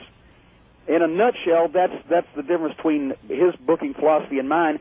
I like stuff that could actually reasonably happen, that people can do without killing themselves or hospitalizing themselves, and a little bit more taste. I want to do bad taste and good taste. Okay, that's a lot clearer. And the last couple questions, real quick, and this kind of goes along the same line as what previous caller said, except these two stars a little more mainstream. Just what you think about them in the WWF, Mick Foley and Hunter Hearst Helmsley? Well, I mean, everybody knows, almost everybody's opinion of Mick is the same. He's the sweetest, nicest guy. He is the most talented orator. He is a tremendous, writer now. I mean, he's smart. You can't say anything bad about Mick, and he's a good, genuine human being. And I think that's why the fans like him more than anything else. I've said this before. Him above anybody else in the business, you can tell, is actually a great guy you'd like to be around. Mm-hmm. With Triple H, I think he's come a long way. I think that his work is good. should say good. I think his work is great. I think he's had some tremendous matches with a lot of different guys on top lately. I haven't been around him, but I've heard and it's said that he's exercising a lot of leadership and he's into everything and he's into everything. He's not the junior member of the clique anymore. I guess is what I have heard and what I could say. He's not that guy that used to hang around with Hall and Nash and Michaels anymore. He's the guy that's grown up and is actually shepherding a positive locker room environment. And I think from what I can tell and what I've seen, like Dave said, he's more dedicated at rehabbing his knee injury and coming back than anybody you've ever seen. Mm-hmm. So, he's proven himself. I might not have thought that 5 years ago, but, when he was hanging around with the clique. But he's proven himself, and he's the only one, if you notice, of the bunch of them that's still actually valuable in the wrestling business. Good point. All right, well, listen, thank you very much for your time. Take care. Okay, you're very welcome. Let's go to Wes. Wes, what's going on? Hey, guys, how's it going? It's going good. Jim, in regards to Brock Lesnar and Shelton Benjamin, how realistic is it that they might be a part of WCW? And also, what do you think that they have to work on when they get to by the time between now and they get to either WWF or WCW? I think, first of all, it's realistic that any number of these guys might be part of WCW. They're still finalizing their plans, so it's not like they've called me and said, okay, we got a laundry list here or whatever. But that is logically the next step in a company that's going to need a lot of new, fresh faces. And some of these guys are ready. Any of these guys, anybody here, from the first guy to the last guy, would be more ready in 3 months than they are now just because they're all still young in their experience, but there's a number of guys that could carry the ball right now or that could carry their part. As far as Brock and Shelton, I think, once again, it's only a matter of time. I would be more comfortable just because of their level of time of experience. If Brock was here another 6 months, I think he'd be twice as good as he is now because he's only been here 7 months. But as far as what they have to work on, Shelton is amazing in the ring. I think that he probably needs to work more on his public speaking. Brock is a better public speaker, but Shelton's passed him in the ring. But Shelton started first. So, you can't just put a timetable on these guys, and I always say that. Every single one of them is going to be better in 6 months than they are right now. But there's some that's ready to go right now. So they're always going to be working on stuff. But, we can't wait as long as we used to. You don't have a guy in the business 7 or 8 years usually that is first being seen on a national basis, which is why Flash is so good. Now, when you talk about people being ready, who are the guys? Because the one guy when I watch your TV now that I think, if I was running something that I would not, like as far as like WCW, I wouldn't bring him in day one because then he'd be lost in that shuffle of 30 new guys, right? But maybe a month, 2 months down, I would start teasing bringing him in and maybe bring him in 3 months and is Rico Constantino. There's something about him. I think he's got the character. I think he's improved in the ring to the point where he's ready. I don't know. What's your thoughts as far as Rico and some of the other guys? Exactly. They could call Rico to do something tomorrow and he'd be ready to go. And he's going to be better in 6 months. But, he's one of the guys where, really they've done what they can do besides, being in this business 5 more years. There's nothing else that they can do to improve themselves otherwise than constantly being in the ring all the time. And that's for the WWF guys that are on the full-time roster. That's the only thing a lot of them can do to improve is the same situation. So Rico would be ready right now. I think Nick Dinsmore could handle himself in the ring. I think he would be he would be more comfortable if he had more time for because if you've noticed his promos are improving. And, a year ago he couldn't hardly say suey if the hogs had him. But now he's speaking a lot better. His entrance is better. He's carrying himself better. So all of the guys are improving, but some of them, like I said, could go right now. I wouldn't have a problem with seeing Flash go and hang with guys in the ring. Dinsmore hung with Benoit at the Gardens, and Flash is going to, I think, tear the place down with Jericho. But they're all still young, and they can all still show improvement in their personalities. But Rico is probably as close to being the package as anybody here right now. Anything else, Wes? Yeah, a couple questions about Smoky Mountain, actually. I was watching a couple tapes a couple weeks back, and I saw Bob Holly. How did, because I don't remember him going straight from Smoky Mountain to the WWF. Well, he didn't, actually. He went straight from Smoky Mountain to welding. Bob, I had seen Bob in the late 80s when he was coming up from Alabama with a guy you may remember from the obscure distant past named Pat Rose.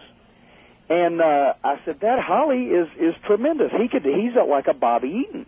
And he wrestled a lot like him. So when I started Smoky Mountain, Robert Gibson was coming up from Alabama, so I said, you know Holly? Yeah, I know Holly. Bring Holly with you. And Bob started making, the trips up for television, and, he was doing the knee off the top better than anybody I've seen since Bobby Eaton, and he was doing a lot of stuff off the top that he doesn't do now because he's had, a number of injuries. But at any rate, he wrestled in Smoky Mountain on the TVs and everything for about the first 3 months, but then it basically had become, I got to, pursue my real job where I make my money and support myself, or continue making these wrestling trips for practically nothing.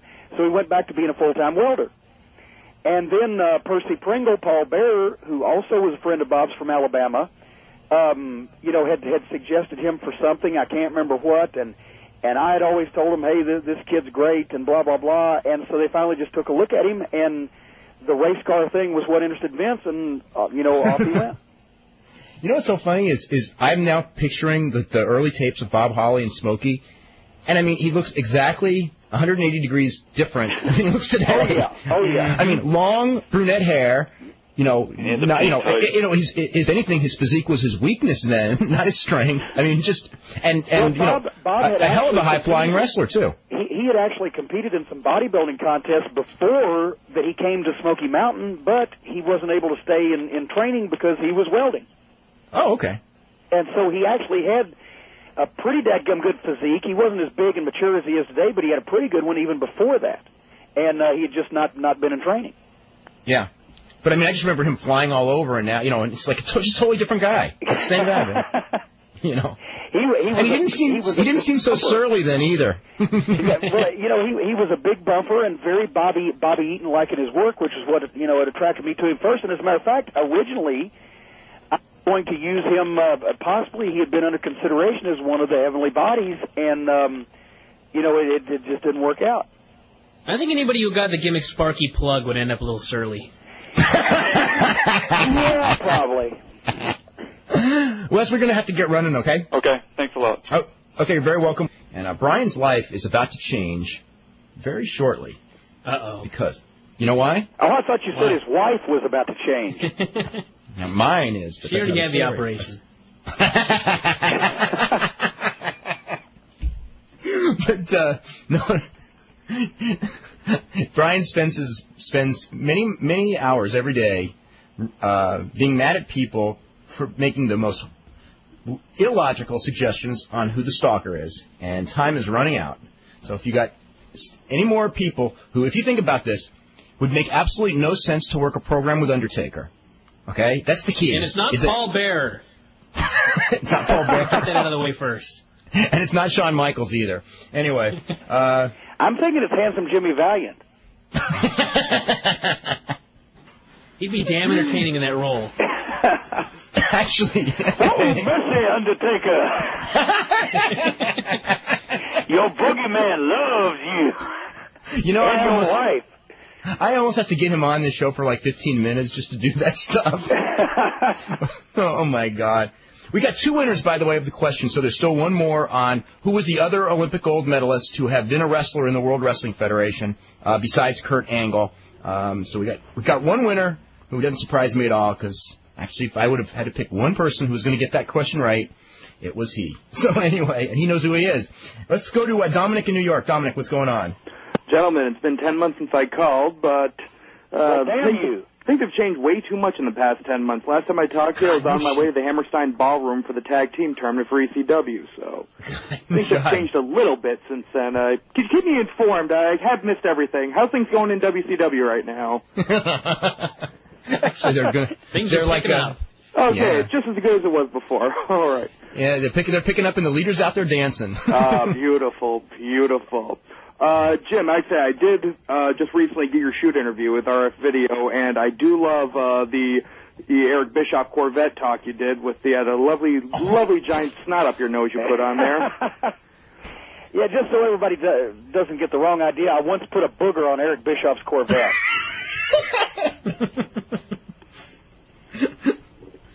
Well, there's no confusion there.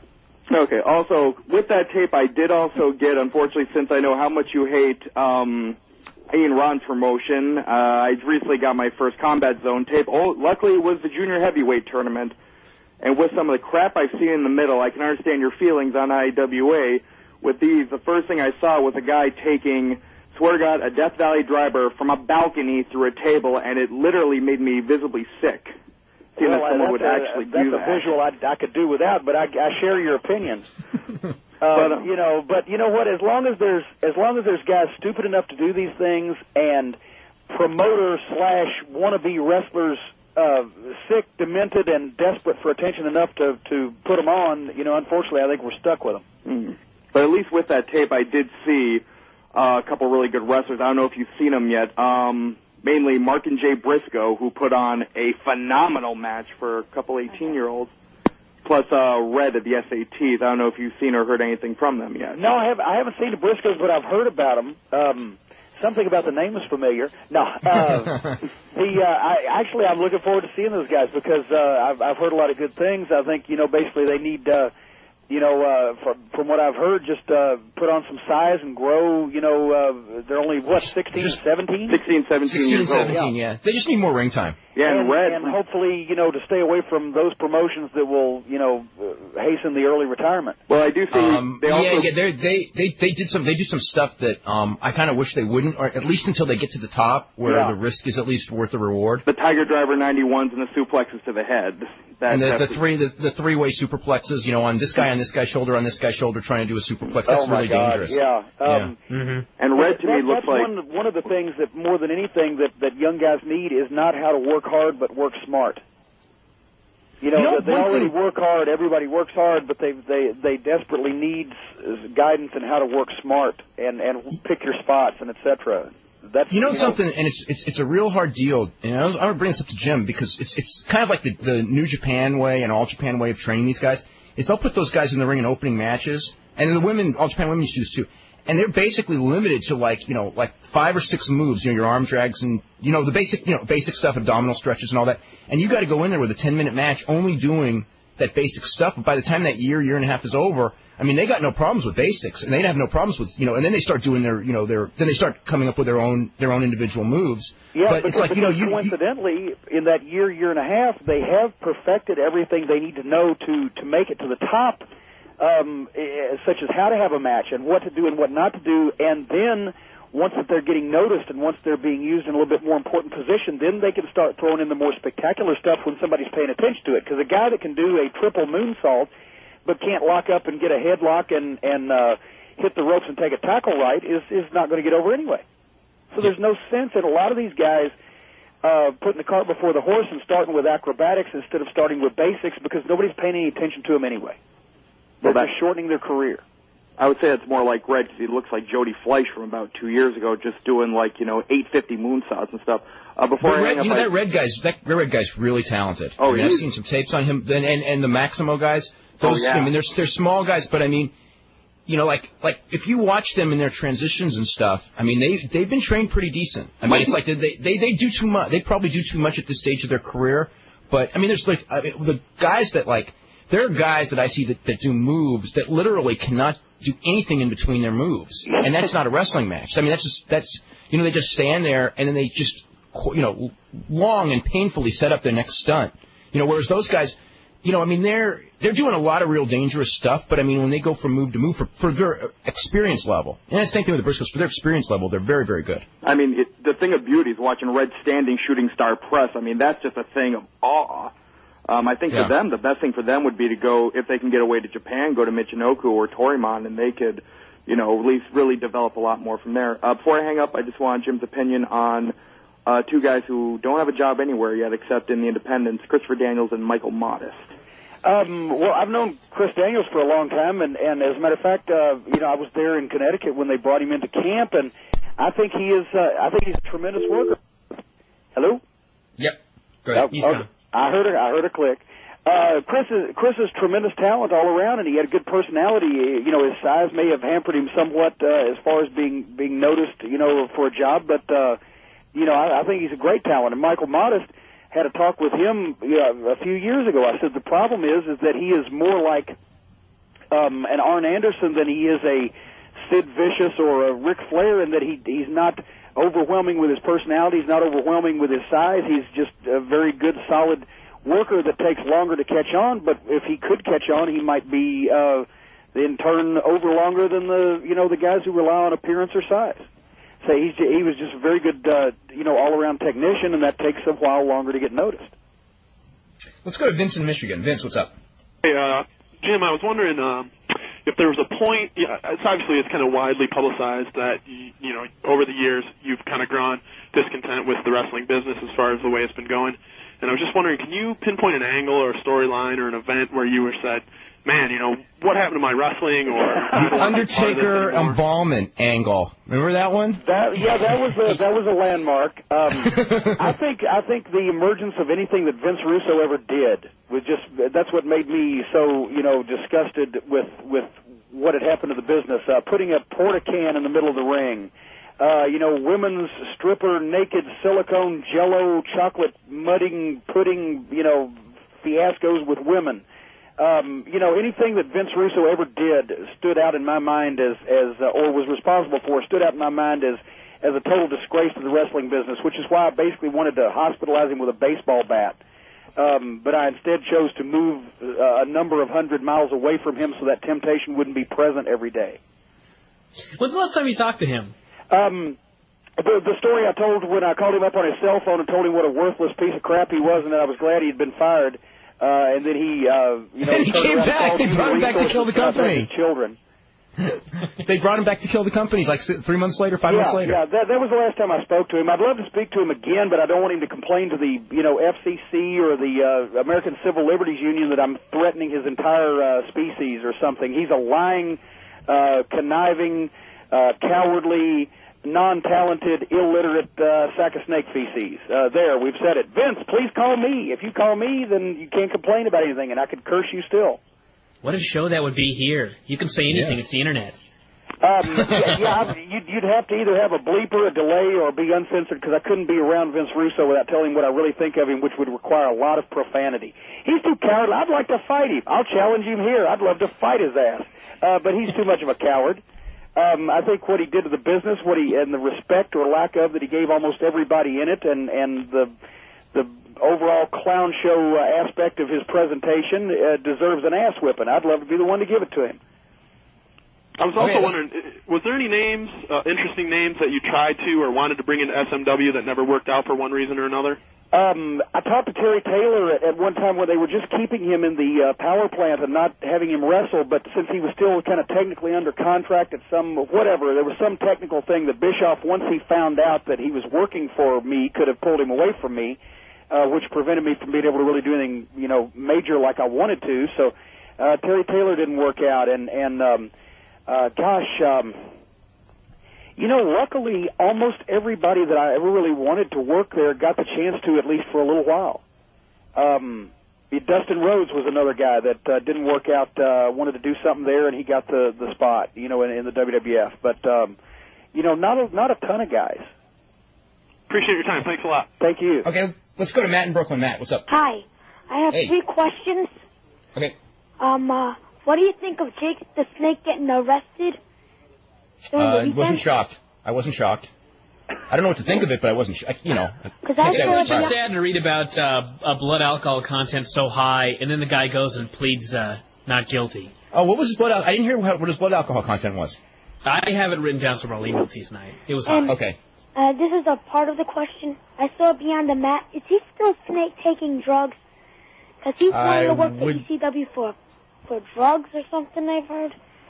ECW, I think he didn't work for ECW because he came once and then, him and Paul Lee kind of... Yeah, that's what I meant. Him and Paul Lee kind of didn't, they weren't on the same page, and I think he no-showed or something, or I forget what it was, but they had their problem. I don't know that was drug-related, but... Also, it was Jake-related. What about Scott Hall having a seizure? I know there's the same story with when he worked for Jim, actually. Okay, go ahead. What about Scott Hall having a seizure? What do you think about that? I don't know what to think of it. I just... I didn't know about it. Yeah, that was a couple weeks ago. It happened about last weekend. Yeah, last weekend. I think what it tells us is that a lot of times, this actually goes for Jake Roberts and many other people in the wrestling business, that when their friends tell you that they are completely clean to get them jobs, oftentimes their friends are mistaken. Yep. So that's what it means. Out of the mouths of babes. Yes. Also, I have a question for Mr. Cornette. Yes. Mm-hmm. Who was the best wrestler or tag team you have ever managed? The best wrestler or tag team, the Midnight Express. I shall narrow it down no further than that. That I believe. I believe it too. Everyone believes it. We got Vincent. We got Vincent Georgia, who I don't think is that Vincent Georgia, is it? Yeah, it's Vincent in Georgia. Oh, man, we were hoping for the other Vincent Georgia. You even had to change your name to not be confused with the other guy. In a mall in Atlanta, but that's a whole other story. I just had a comment and a few questions. First of all, Jim, big fan of yours.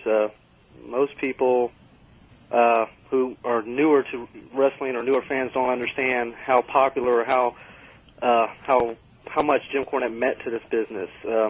I can recall seeing Mr. Cornette down here. You remember the Memphis Auditorium in Columbus, Georgia, Mr. Cornette? Absolutely, yes. Yes, y'all were down here, almost every month, and it was a big part of my life growing up with wrestling. A lot of people grew up with the WWF, but I grew up down here in Georgia, and it was just the Midnight Express, Rock and Roll Express was a big part of my youth, and it was just a great time.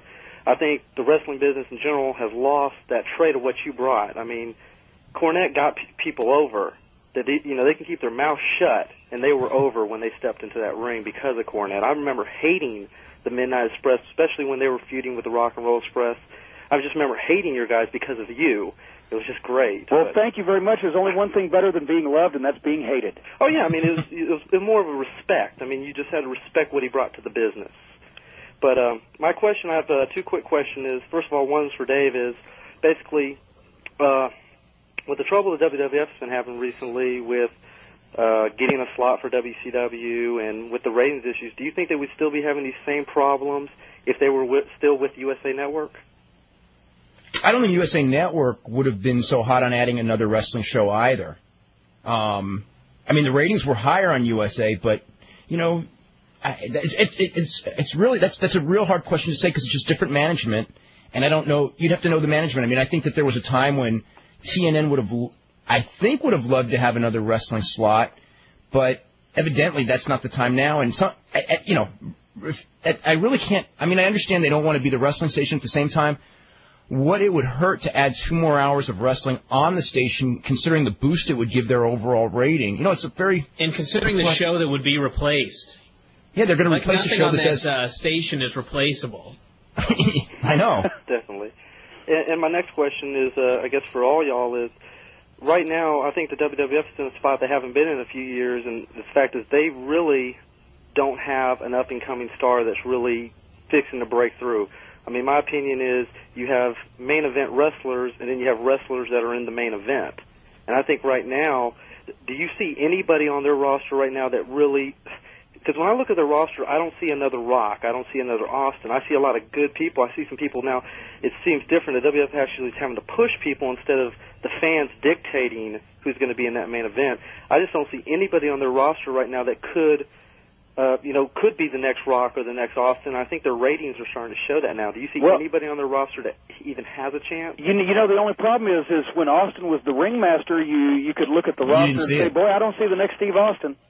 And he was there. I think, and I had an argument with a friend of mine. I said that, especially with Jericho, they're trying to push Jericho, but they haven't really. Jericho's really the same Jericho he's been since he's been in the WWF. Austin, and especially The Rock and all of them, they kind of had a change in personality. They changed a lot, their persona changed, and that's what really got them over. I think the WWF's trying to push Jericho, but he's still the same Jericho that everybody's been seeing for the last year. Well, but see, here's the thing: is you try to push guys, and you do push them, and you get some of them over, but some of like you're talking about The Rock and Austin, they didn't get over because of a push; they caught on, and then they got pushed.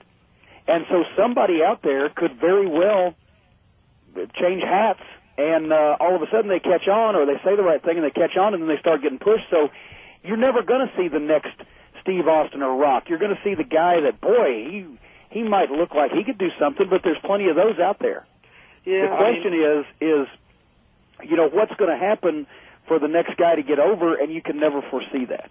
Oh yeah, and you're hoping that's going to happen soon, because I really think, and the ratings are showing it, that in the house show business is starting to show it, is that fans are not really caring about the people that are being highlighted on their shows right now. And I don't know if it shows they don't care. I think it shows that they're comfortable with them. Maybe comfortable, I think, or they're nothing's shaking them up. I think the fact that it's also, and I think this just comes with the business, the fact that it's a high dollar ticket also. And they were just down in our area not too long ago, and the tickets just want to sell for the Atlanta show, and there's still plenty left for the Phillips Arena show. I don't think that has anything to do with how much it costs to buy the tickets, though, because if it were hot, the thing would have been sold out immediately. Yeah. Yeah. But I think it's a combination. I don't buy the ticket price thing No, either. but I think it's a combination that they're wanting $55 to see who are they highlighting. Why should I spend $55 to go to Raw? That's the question. Well, I mean, the whole deal is that people would have when it was hot, and it's not hot, so it's harder to sell tickets. I mean, it's the product. It's cool. It just cooled off. I think one of the things with Jericho, I mean, there's a lot of things with Jericho. One of them is, you're right, he's the same exact character he was as a mid-card guy, and also he got a real good TV push for 2 weeks, but then he got pinned by Rhino, actually twice in the middle of his push, so it's like that kind of stalled the push. And actually that was, there were things that they've done with Jericho that just perplex me, and to this day no one's given me any kind of an explanation as to why, when a guy who needs all the help he can get to be a main eventer, because the people aren't ready for him in that role, and you're shoving him so hard that you beat him on the way. I don't understand it. Sort of like Bischoff booking. I don't know. I mean, maybe, I guess so. I don't know. It just doesn't make sense to me. That's all. Well, thanks, guys. Appreciate it. Okay, we're totally out of time. I wish this I'll had tell you another one thing hour. real quick, Dave. I've never seen anybody do a stupid thing without a really good reason in their mind. So you never know. That's true. That is true. I wish we had another hour on this one. Jim, thank you very much. Good luck on that show. Thank you. Yeah. OVWrestling.com. Yay.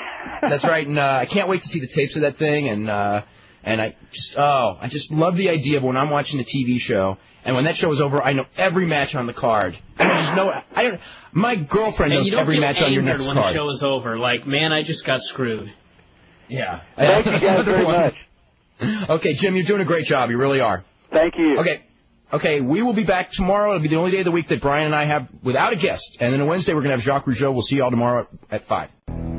How's it going, everybody? This is Dave Meltzer. We're going to be here for the next 2 hours talking pro wrestling. We've got Brian Alvarez of Figure 4 Weekly here, and we're going to be joined in about a half an hour by Jacques Rogeau of the Rougeau Wrestling family, currently an independent promoter. And we probably have a whole lifetime worth of material to talk about because Jacques Rogeau, who's, I believe, about 43, 44 years old, has been in this business as a wrestler since a teenager, and around it because his father and his uncle were like the two biggest stars and believe promoters in Montreal for a long time. And Montreal's got one of the richest wrestling histories, if you look back, of almost any city in the country. So we can talk about history of Montreal, the future of his promotion that runs in Montreal, and his long career. He was in the WWF as the Mountie, which was probably the most famous stuff. Of course, the fabulous Rougeau brothers, the amazing French Canadians, which may not be as remembered in WCW. One of the greatest entrance songs ever. What, the Mountie? We're not the Mounties. That's both of them. Yeah. Anyway, we can talk about all of that stuff, and I'm sure we'll talk about the Dynamite Kid as well, since that seems to be the number one thing on the emails when it comes to Jacques Rogeau. So anyway, we'll talk to him in just a couple of minutes. Got a lot of news for today. Brian, how are you doing, first of all? I'm doing pretty good. Late night, early night? 2:30 in the morning. That's average for me. That's about when I went to bed, too, 2:30. Oh, my God. I did get some depressing news today, though. My friend Shoulders, that I always talk about on this show, got carjacked last night. Some guy broke into his car and just pounded on him while he was buckled up and stole his car. Went on and crashed about 20 minutes later. But I told him the good news was he didn't work for Bill Watts because he'd be out of job right now. That's right, he would. Oh, my God. That would only make things worse. Can you imagine, like, a wrestler gets hit by a pipe or something like that in the old days and then gets fired, too? Oh, I know. It's the whole thing. I mean, I can imagine maybe if you're in a bar fight face-to-face with some, if you're 250 pounds and there's a 130-pound guy that beats your ass in a bar face-to-face, that's one thing. But, getting pounded on while you're buckled up and, It's totally different. Hit with a pipe, hit with a lamp by two men. Well, I think that in those situations, Bill Watts might have had some leniency as long as it didn't make the press. But if it made the press, I think if it made the press, he would have not had a lot of leniency. Whatever.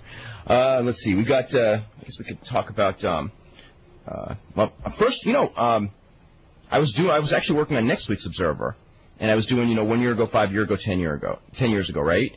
And as it turned out, 1 year ago, 5 years ago, and 10 years ago, there were 3 lawsuit or major court cases going on. 1 year ago was the court case, and they all have a lot to do with the history of wrestling. Big things. 1 year ago was the court case involving whether the WWF would be able to was USA Network suing WWF and Viacom for the ability to keep the product on USA.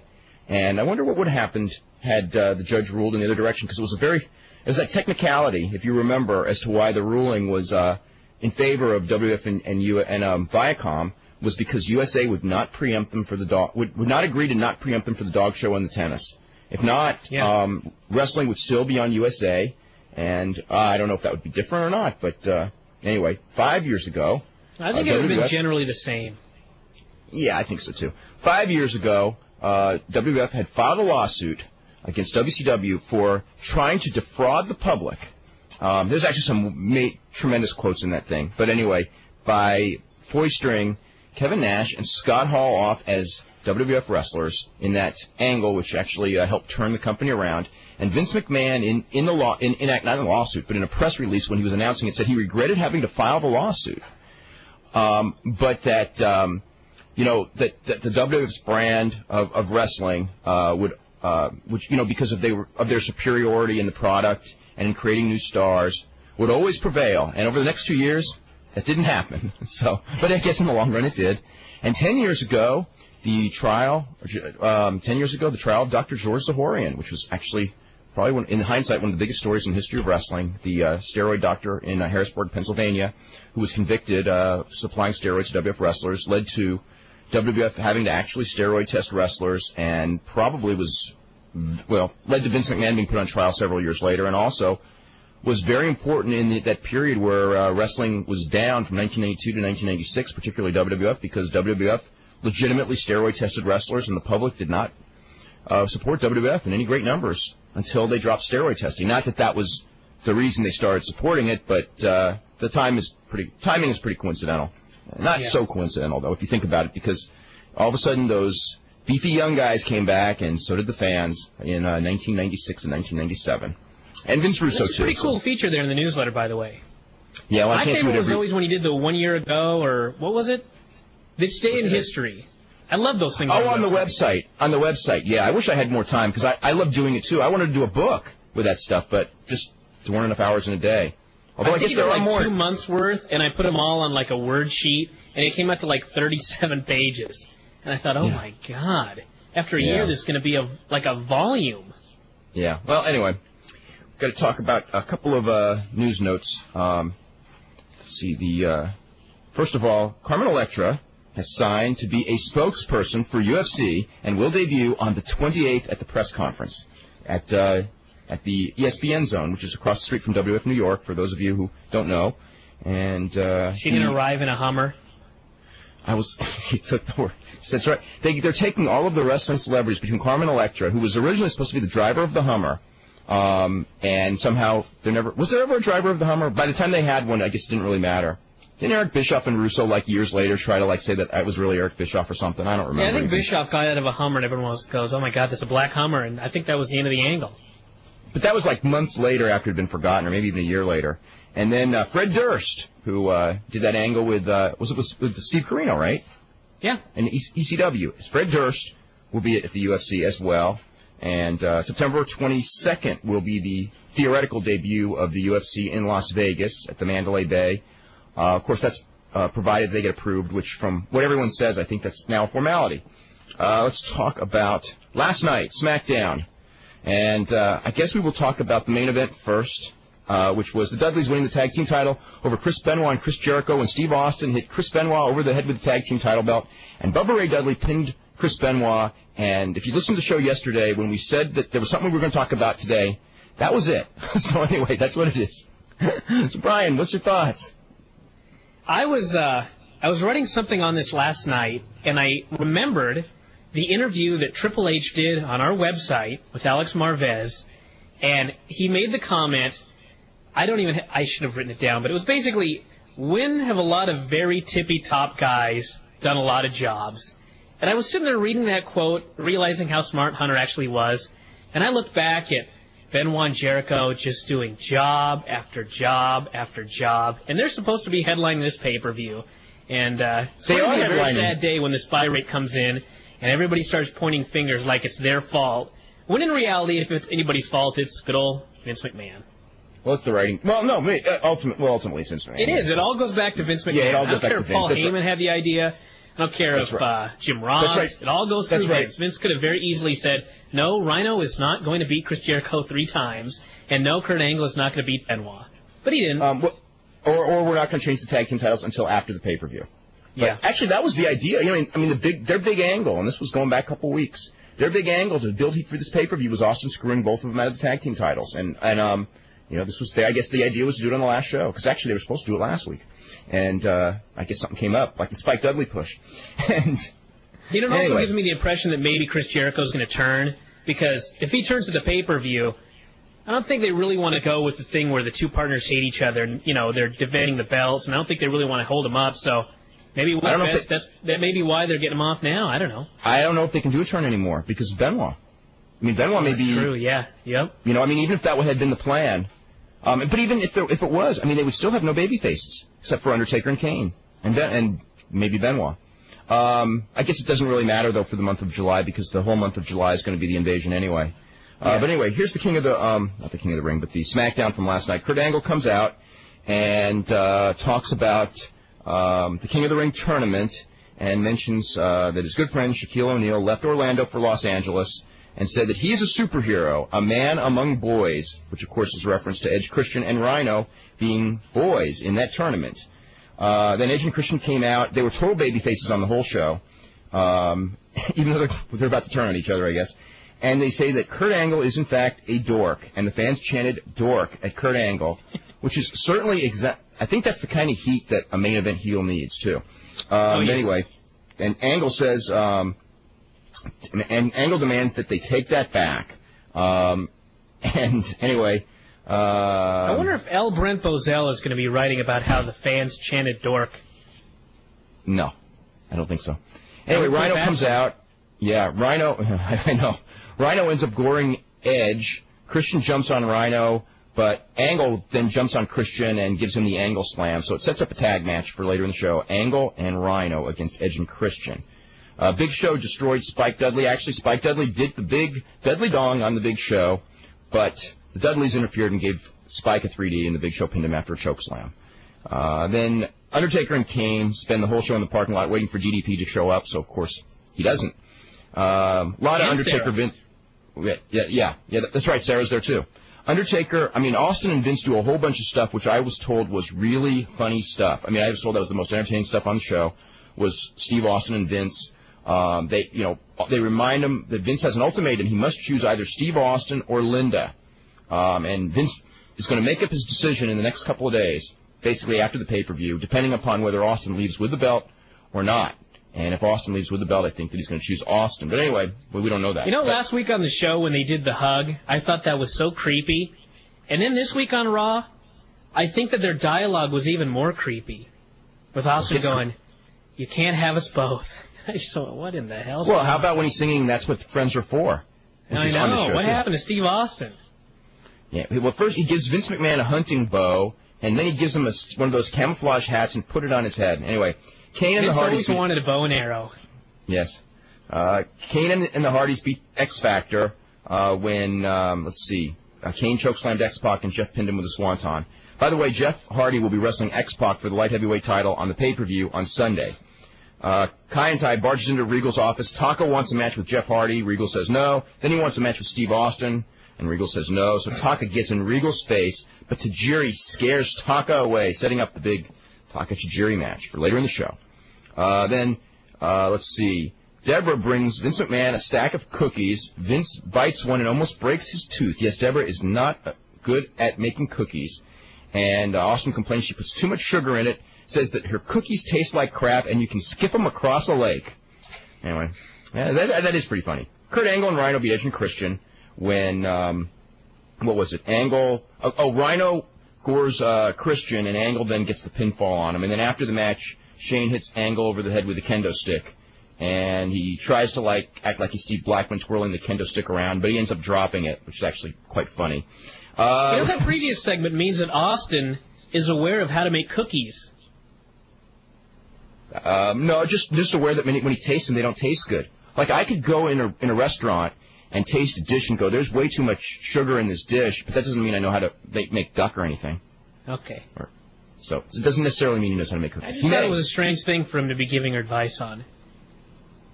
It's like that Hijo de Rayo de Jalisco theme that I told you about from last week. Uh-huh. Where the young Rayo's doing all these flips and everything, and, and the elder Rayo is... Oh, hold on, let me give you some advice there about that flippy-do. If Rayo had ever walked across the ring without looking like a goof, it'd be one thing, but he hasn't. Speaking of that, did you haven't seen last night's show, have you? No, not yet. Oh, man, shocker, pays off the people at the beauty parlor to mess up, they dyed, Scorpio and Beastie Salvaje's hair brown, and so now they're no longer pretty, they're now ugly. But he didn't pay off. Emilio wasn't at the beauty parlor that day, so he still got the blonde hair.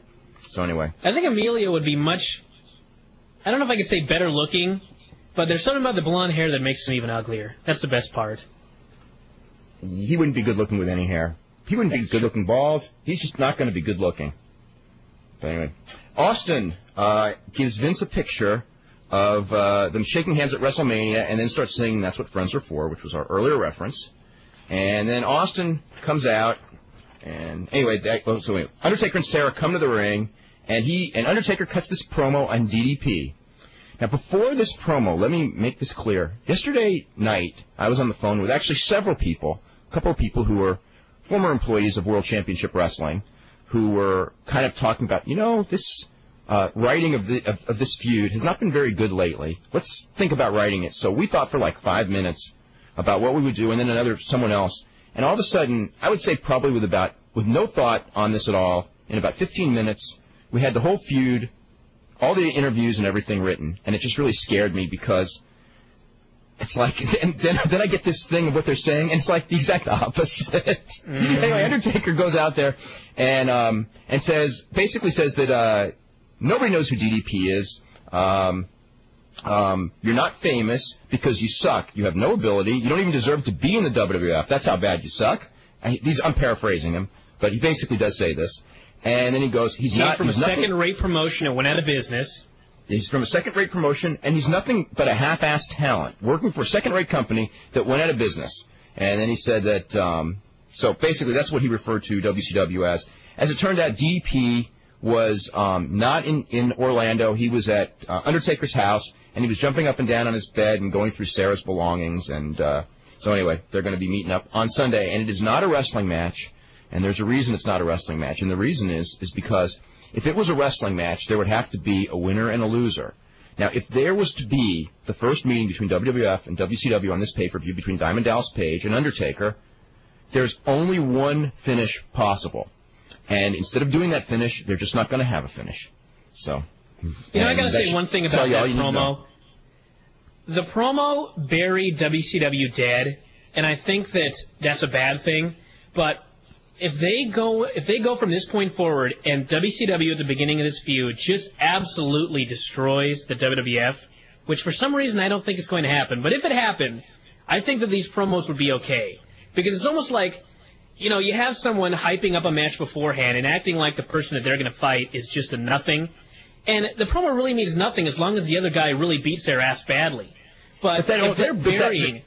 Okay, but that works when it's the cocky heel making that promo, not the babyface. Do you know what I'm saying? But I know, the thing on this promo is if WCW shows up on Sunday or Monday, and it's going to happen either Sunday or Monday, the big invasion angle, and they cut a promo and they make it real personal between WWF and WCW, and they say WWF is the one that sucks and all that, then that's okay. But if they go in there and don't do that, then it's not okay. But I don't know. We'll have to see how this all goes. But the next month, got to get a big win too. That's so important. Oh yeah, but they will get the big win. I mean, I don't think there's any way around that one. Whether it's going to work or not, something else. But the next month, was it next month? Next 6 weeks? Next 6 weeks are it. I mean, really, they're it. I mean, this business is. I'm not saying that the business is going to be like dead if it goes all wrong or anything like that. But the direction of this business up and down for a long time will be determined in the next 6 weeks because it's how well that relaunch goes and how well they incorporate these new guys and the ability to make some of these new guys into stars. You know, the fact of going all the way with them and creating new stars. Those are all the keys to this business. And it's all going to be determined in the next 6 weeks because if they blow it, if they start that WCW television show and there's no momentum on WCW and it starts off badly, I don't know that they can get it back. I mean, it's possible, but it's better to make a good first impression, as the XFL says. Okay, Tajiri beat Taka Michinoku, and that's basically it, actually. I heard it was a really good match, and the people were chanting boring, so that's good. That's good. And then the Dudleys beat Benoit and Jericho. When Benoit had the crossface on Bubba, Austin came in, hit him with the belt and all that. So we already talked about that title change. And we didn't even talk about this, but during the show before, let me see which match this was at, where Steve Austin beat up Michael Cole. I don't have my notes here. Steve Austin beat up Michael Cole really bad. And Jim Ross and Paul Heyman ended up doing the announcing for the rest of the show because Taz was actually at WWF New York. And Michael Cole, Vince went to the hospital. That's why he was gone for most of the show, to visit with Michael Cole, who threatened to sue the WWF and Steve Austin. However, Vince talked him out of ever suing the WWF, but did not talk him out of suing Steve Austin. And he just told Steve, you're on your own, and I'm not coming to the pay-per-view on Sunday, and you got to beat those two guys by yourself, and if you don't beat them, then screw you. I'm not with you. So that is actually the big angle on the show, is that Vince will not team with. It's got nothing to do with Benoit and Jericho having a chance or not to win, or even Benoit and Jericho. It's all about if Austin can beat these two guys by himself, which of course all odds say that he cannot because it's two guys, even though they're two mid-card guys, in perception, that Vince will and Austin will break up their thing. So anyway, let me see. Oh, there's also. Here I got it. Test beat Perry Saturn in a hardcore title match, and that's basically the main. That's basically the main stuff. Get through a couple of more news notes. Raw did a 4.2 yesterday, which is slightly up from the week before. The main event, the six-man tag, did a 5.0, so it was just a little bit below actually the Jericho Austin match from a couple of weeks ago, as the highest-rated main event the last several weeks. Show started weak, ended strong. It grew just about every quarter hour except for Christian and the Big Show. They lost the audience. I don't know. That's basically what it is. What else do we have here? New Japan is having its stockholders meeting tomorrow, and Antonio Inoki is not going. He's staying in Los Angeles, and was he sending a proxy or something? He said he gave a power of attorney to the rest of the stockholders to vote because he's got a lot of that stock. So right now the feeling is that there's not going to be any major shakeups at that meeting. I guess the major shakeups already took place. And let me see if there's anything in this. The DDP as the stalker got a 4.6, which was the second highest rated segment on the show. So anyway, that's the deal with the ratings. Any other news before we get to emails? I don't think so. Okay. I saw 0-1 last night, and overall not good. I'm just trying to think. The Shinjiro, let me say this again. If Kazunari Murakami doesn't win the Bruiser Brody Award this year, which he won't, because most people probably won't see his matches, it is a travesty. That guy is the greatest brawler I have seen in years. He is so awesome in that match with Shinjiro Otani, and there was a spot where they're having this really brutal match, and all of a sudden he hits Otani with the most brutal punches and kicks that I think I've ever seen in a pro wrestling match. I mean, it's just sick. It was like a match. If you watch the match, they do a DQ finish. And it's actually an interesting finish because they're doing this kind of work, shoot, fight style. And Murakami takes off his gloves and starts pounding on Otani with bare fists, and he's disqualified. And you know how Japanese fans hate disqualifications and how cheap that sounds? And everybody bought it because it was so, the the match itself was so believable, and him losing his temper because he's on edge all the time is so believable that they didn't see that as a screw job at all. I mean, it was tremendous. It was actually a tremendous finish. Tom Howard did a good job with Shinya Hashimoto. I mean, it wasn't a great match, but it was good.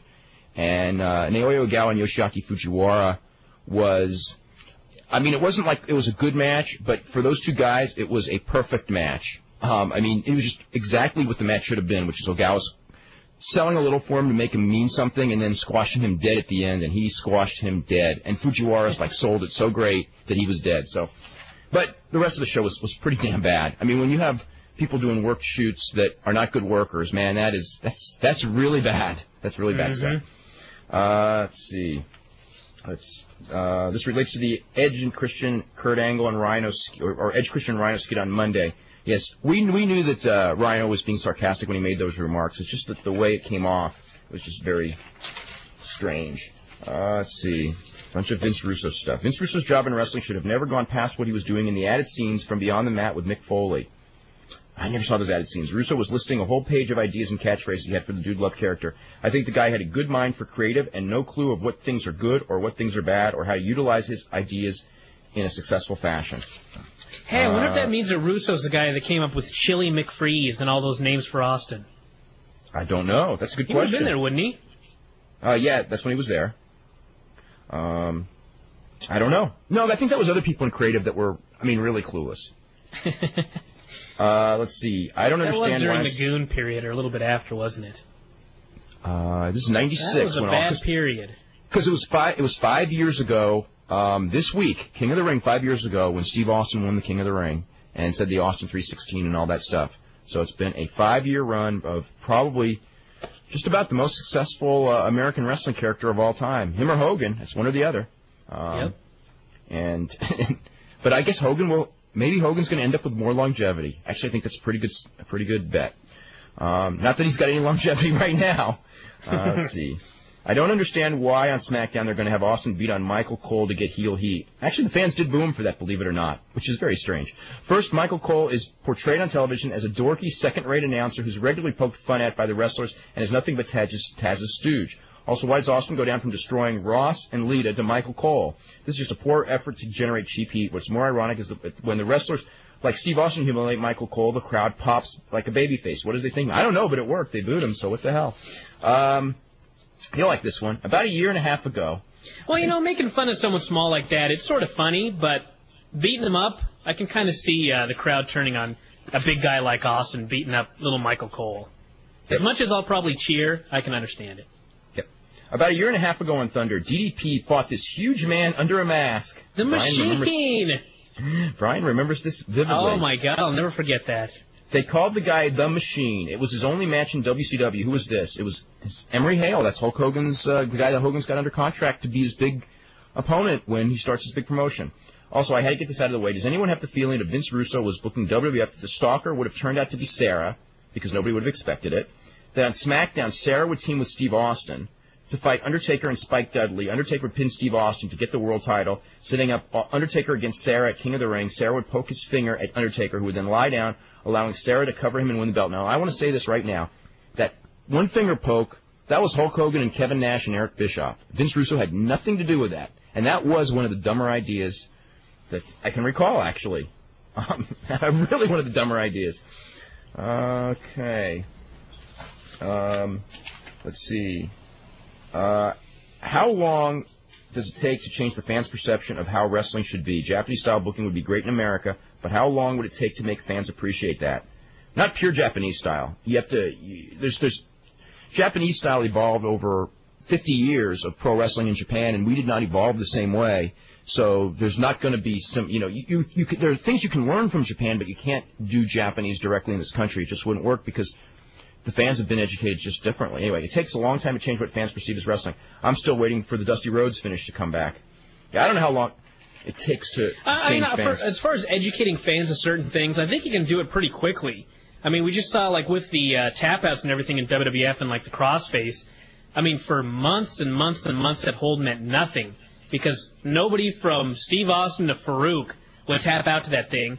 And all it took was a couple of tap-outs, and people bought it as a finisher. So I think from that perspective, if you want to get finishers over like submissions, Steve Austin submits to a lion tamer in a tag match, and that hold's going to be over. So I think from that perspective, it's pretty easy. But as far as changing like the entire style and getting fans to accept it, I think it's a longer battle.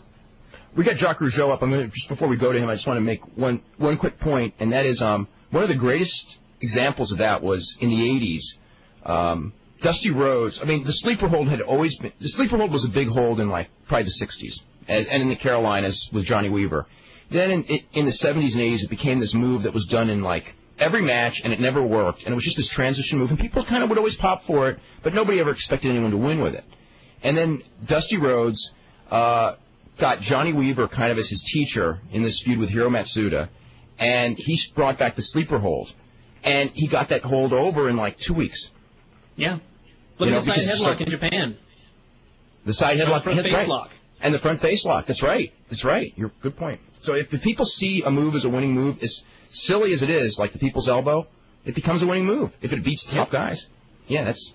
Anyway, we got Jacques Rogeau here from Montreal. Jacques, how are you today? Fine, thank you. And how are you guys? We're doing really good. We're doing really good. Good. Thanks for having me on the show.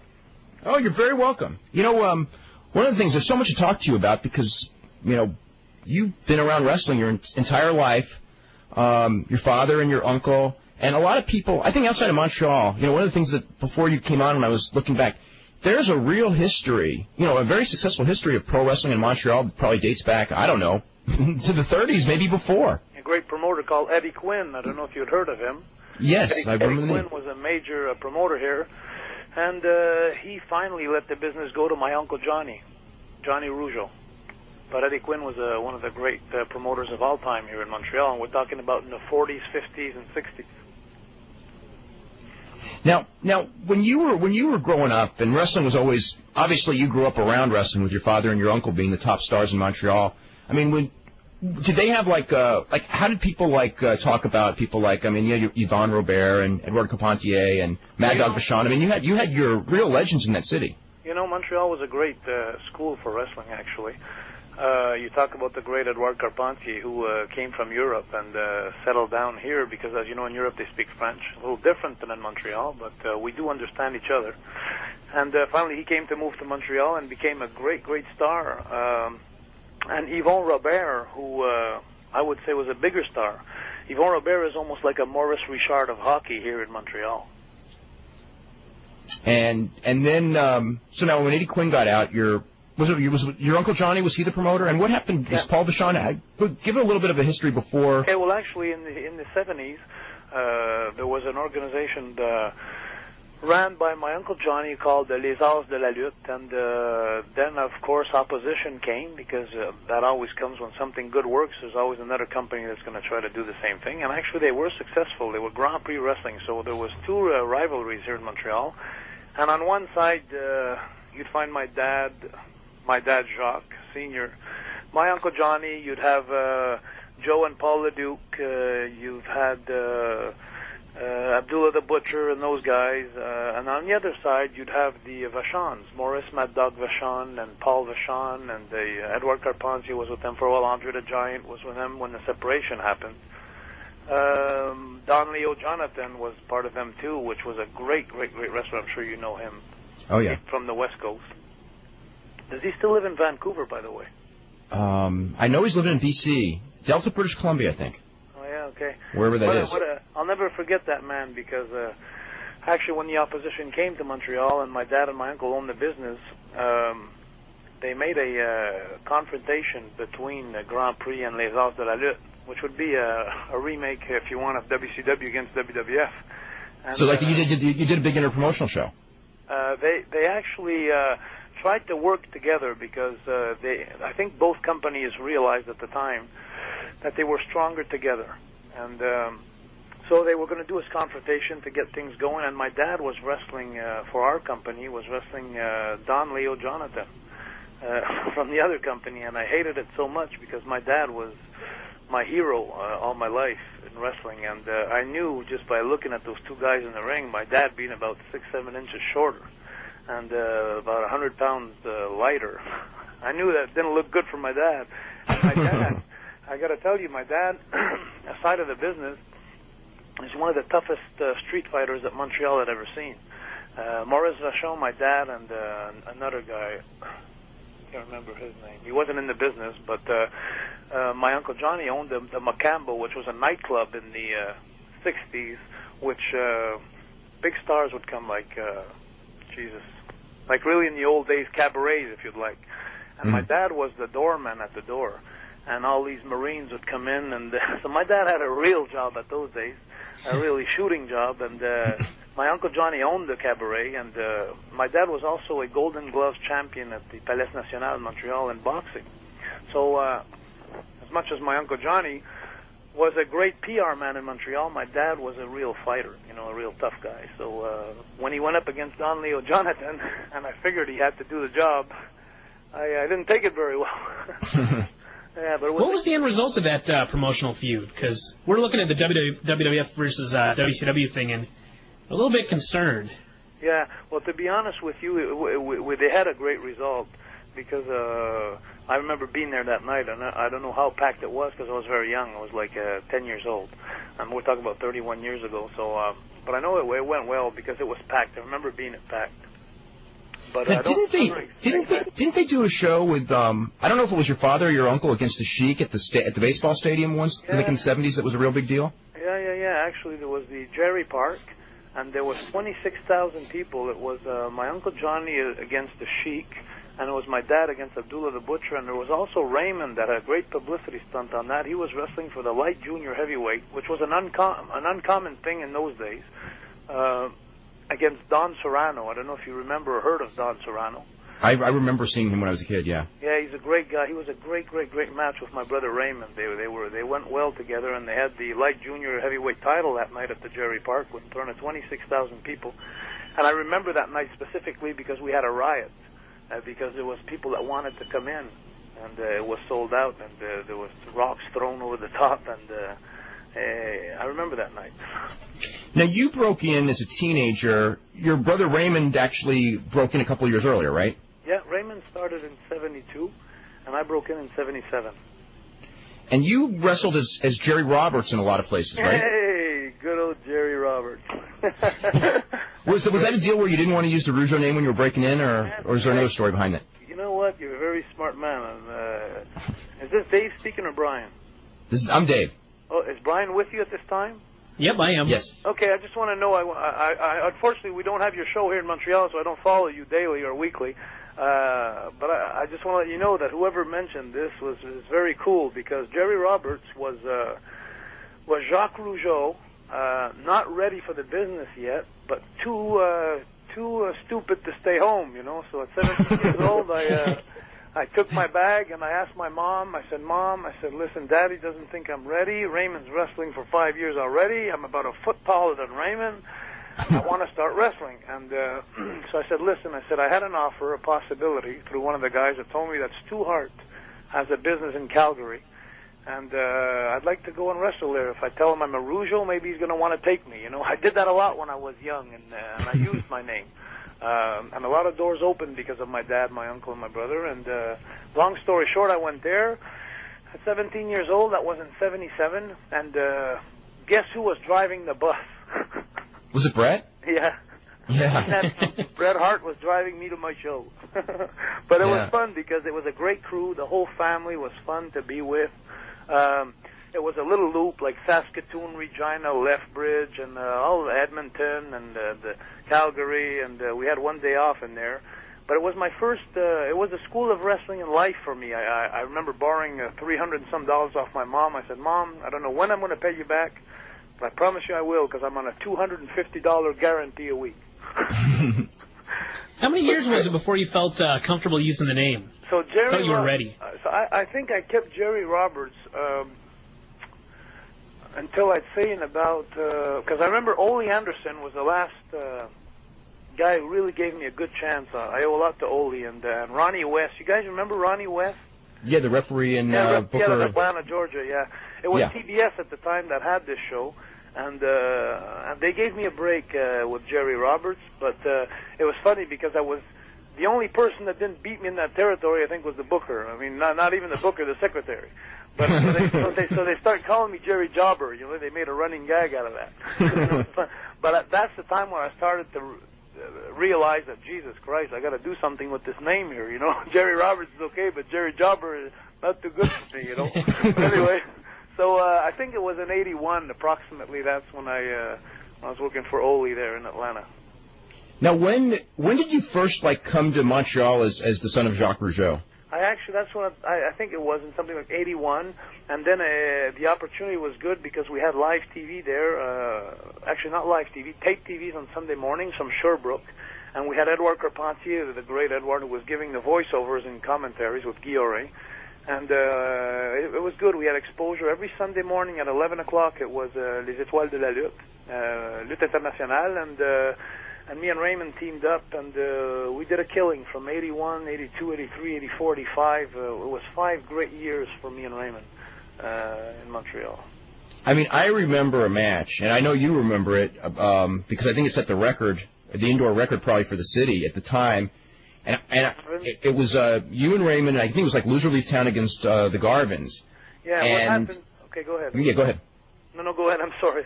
I'm anxious to tell you about this story.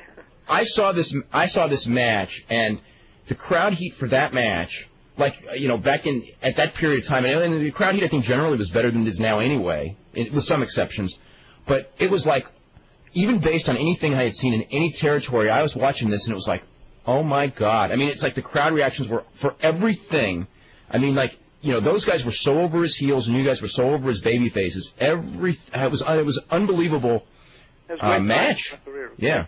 Great times. I got to tell you this story real fast because actually the first time that we were going to meet these guys, it was like me and Raymond said, okay, we'll work with them, but what can we do? And I was going out on my boat one night, and I had an idea. An idea came through my mind about, I said to myself, we already had 16,000 people advance sold, and it hold like 18,000 full.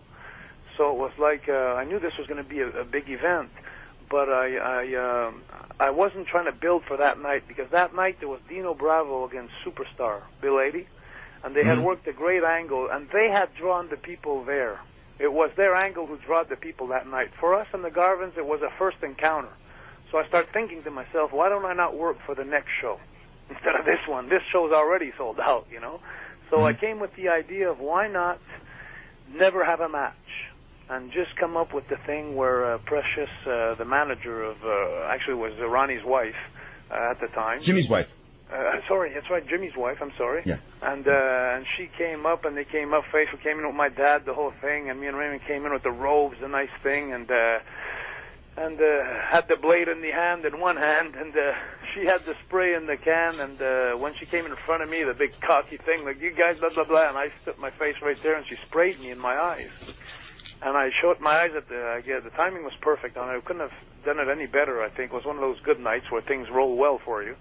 And I started selling the shit out of that, and then Raymond came in. They both started jumping on Raymond. Raymond was fighting back, kicking ass on both of them, boom, boom, and then finally they got the best of Raymond. That's when my dad made a move to come in. The bell wasn't even rang yet, and by that time, Raymond was hurt. I was blind. I was screaming. Give me water. And everybody thought it was a shoot in the place. And it was like people got into it so good. And then by that time, my dad tried to come and help Raymond, who was by himself against two Garvins that were kicking butt. And my dad got caught in the Boston Crab. And Ronnie went up the top rope and came back with a knee drop in the back while he was in the Boston Crab. We all got stretched out, carried out, and that was it. And people were sitting there like, well, where's the match? And I was saying to myself, next time, guys, next time. And we came back. It was sold out. It was bad. I mean, it was so good. It was bad. It was fun. It was a great. I have the cassette of that today. When I talk to people today, of all my career, I've done a lot of great things in WWF, but the real wrestling fans goes back to what you just said 2 minutes ago, that when we made that comeback a month later at the Forum in Montreal, every punch we gave, everything we did, people they wanted to kill the Garvins. I had never seen in my history, I don't think, a team with so much heat. We got to go ahead to a break. Sometimes bookers today, they just try and get too cute, and they forget that sometimes the most simple booking can be so successful. I'll tell you later on, or whenever you guys are ready, we'll start talking about my new kind of wrestling I have here in Montreal. One of the things, I guess, since you did bring it up, you've been running for. Now you started promoting. I guess there was a deal. You had a retirement match in Montreal. Yep. And then you had a falling out with the WWF about wanting to do a stadium show. And did you start promoting after that, or how did you actually get started with the promoting? Well, let me tell you, we live and learn, don't we? You'll laugh with me in a minute here. When I had my retirement match in WWF, I was riding so high. I mean, I had organized a retirement match against Pierre Carwillet, who was my partner, and it was a local thing done, but it was really great. It was another one. It was another sellout here in Montreal for my books. I didn't have many in my career. I had maybe 3 or 4, but that was a great one. Because of the strike of hockey and the strike of baseball at the same time, the media were like turning their thumbs and saying, well, "What do I do?" You know, so they all came into this wrestling story, the end of the Rougeau era, and it was really a good thing. I was scheduled to become promoter for Vince, and something happened that he started having a falling out with a couple of guys, like Hulk had left, and Randy was quitting, and in the mix of those two, I was promised a big wrestling show in Montreal that I had the green light to go ahead. So all that encountered, and long story short, is me as hungry as I was, and Vince as what's the word, prudent? I mean, being careful. Yeah, it wasn't the time to do a stadium show, probably. It wasn't for him. It was for me, because my show was rock and wrestling. And you know, there's something that the world must know. Montreal, Quebec is not better than any parts of the world, but it is different. And I'm sure that every state, every place in the States, I've been through it all. Artificially, superficially, from playing to arenas, to towns, to everywhere, to restaurants, but I really never got to know the people, how they are down and in and out inside themselves. And I know that every part, every region, there's some things that work better and some things that don't. And that show in Montreal, it was good timing. It was a good show, something I believed in. And long story short, we had the falling out. When he pulled the plug on it, I had already told in a press conference in Montreal that I was going to give $1 for every kid at St. Justin Hospital. I had the green light a month ago.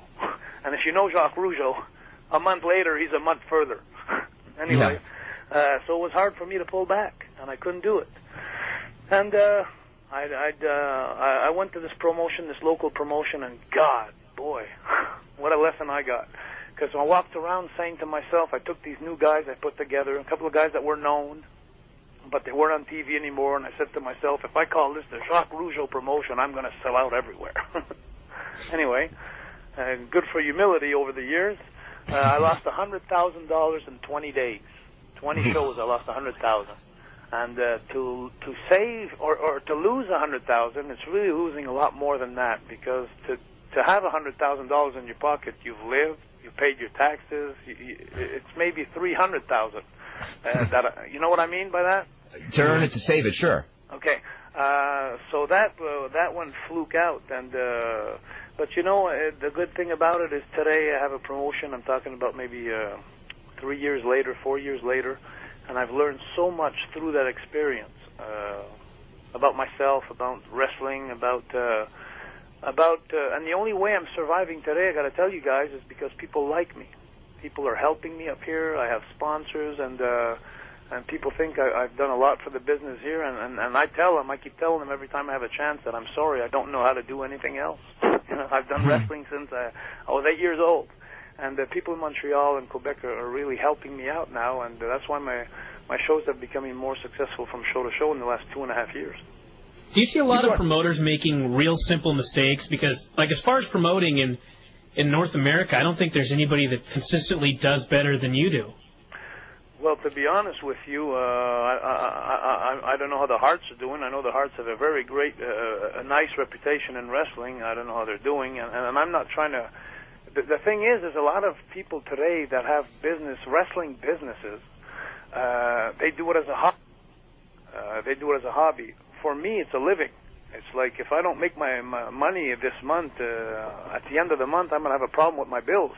And so when that's the case, then you work a lot harder. You work a lot more prudent, a lot more careful anyway. If ever you hear, by the way, I have to tell you this, if ever you hear a couple of beeps on my phone, it's because I got another line. I'm not taking them, guys, so don't worry. I can't flip you guys. You're the superstars of the West Coast. Are you guys in California right now, or are you in New York? Are you guys in California or New York right now? I'm in California, and he's in Seattle. Seattle and California. How's the weather? Oh, it's really hot here. Yeah. I think it's 80 here, which is like 120 anywhere else. Is it foggy in Seattle? No, it's sunny today. Very good, very good. You get one of your 13 sunny days of the year. Yeah, really. That's right. I remember that.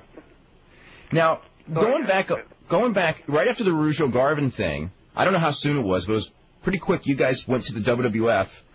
After riding high in Montreal, it was just time to. I mean, at the time when you and Raymond left, that was a real big deal on the local wrestling scene. I mean, did you feel? What were your thoughts as far as going to the WWF at that time? It was simple. It was simple. It'd been 2 years that Pat Patterson had been calling me. Over 2 years, Vince and Pat they'd wanted me to come to WWF, and I think today I understand a lot better. They came into Montreal. They bought who they had to buy to earn the respect in the territory and to take over. And look at us today. Here I am without a job, and thank God I took myself back in my own hands because, to be honest with you guys, I would have been in trouble. And I realized today that I understand why the fear those days that when we left about the business closing. But here's the deal, guys. Here's what was offered to us. I was working for Dino Bravo and Ricky Martel, who had parts of the office here, with two other guys, Frank Valvo and Gino Brito. They were 4 actionnaires in the company. And there we were working every night in main events.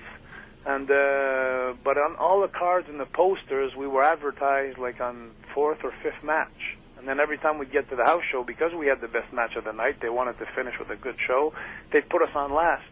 We weren't happy at the end with these guys. We weren't very happy at all. And the difference also was in salary. I remember those days working for between $300 to $600 a night, Canadian. When I was offered, and we were working like 4 or 5 times a week, so we were talking about $2,000 Canadian a week, when WWF turned around and said, hey guys, we're going to give you $5,000 US a week. So it was like... You're talking about a big difference. You're talking about us not being happy here.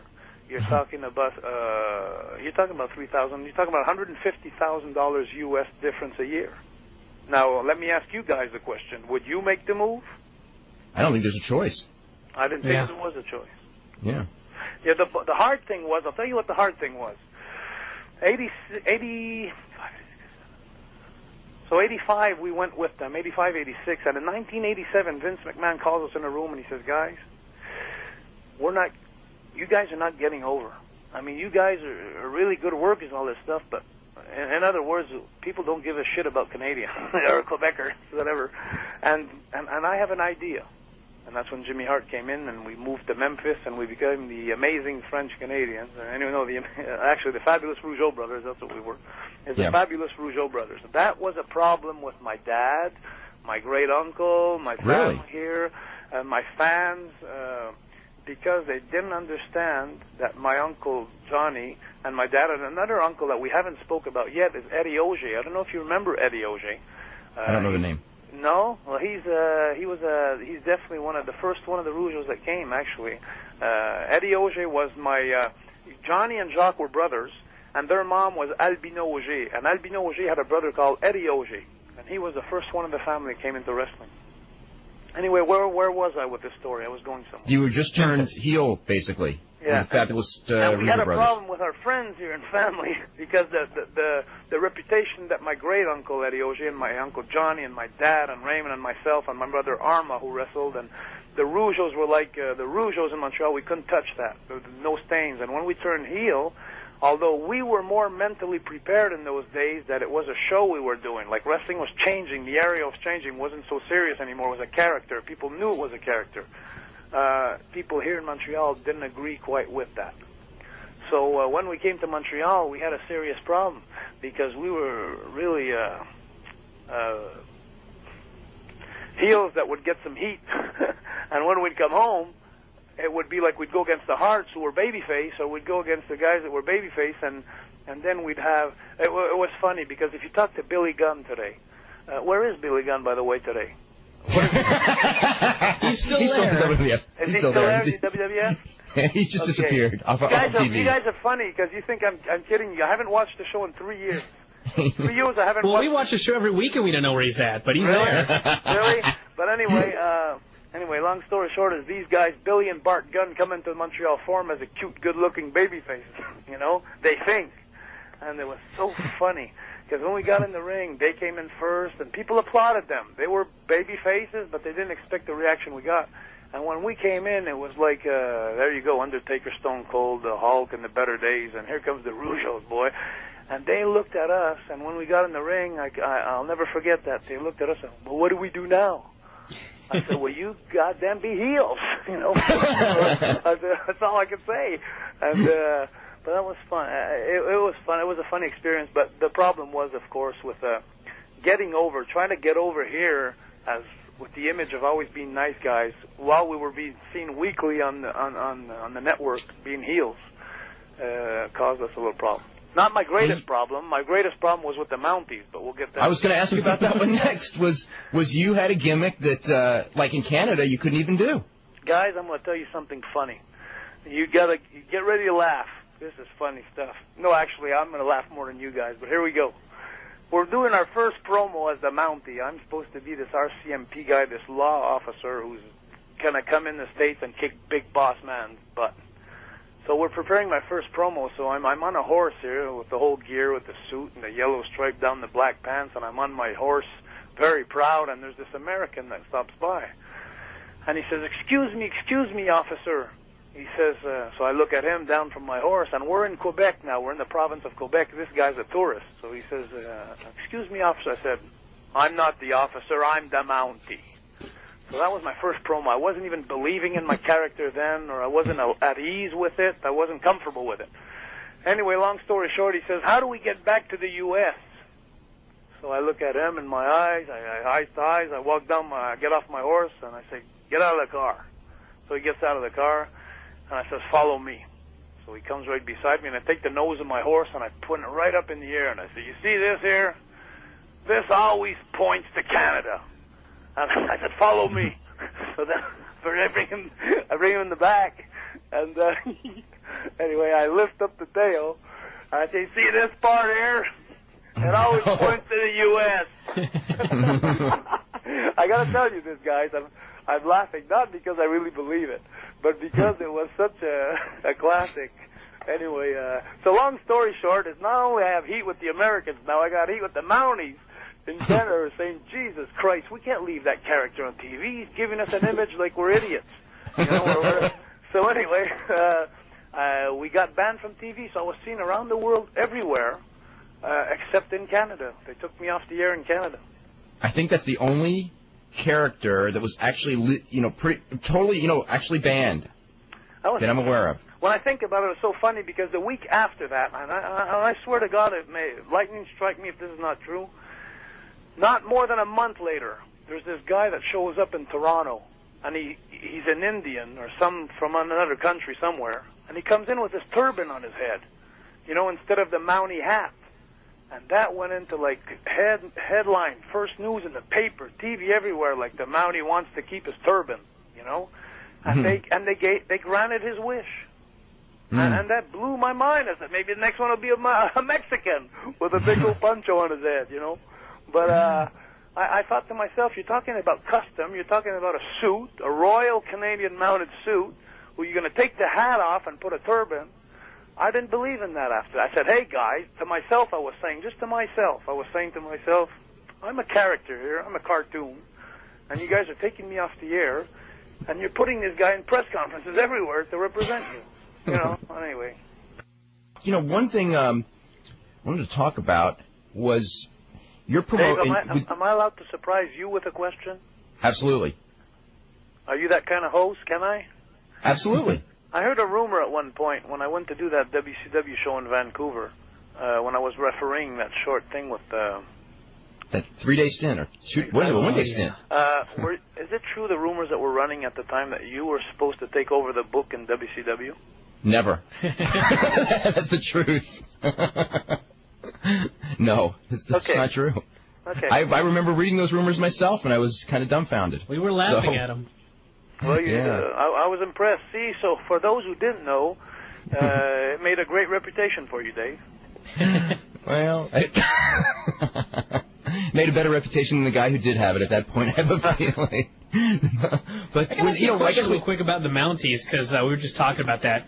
What was with the song, We're Not the Mounties? It's almost like it was a final slap in the face where, okay, we can't call this guy the Mountie, so instead of just changing the entire song, we'll just change it to We're Not the Mountie. I'm sure Jimmy Hart felt that way. Jimmy Hart wrote all my songs, song of the year, and I'm sure that's how he felt, because knowing that was, like I said before, it was only entertainment. It was just a character.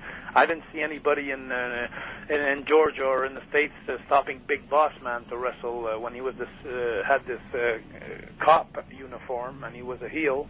He was giving, I don't see, in movies that I see today, I don't see rotten cops in movies, not showing the movies because it's a bad image for the kids. And anyway, I think you guys know where I'm getting at.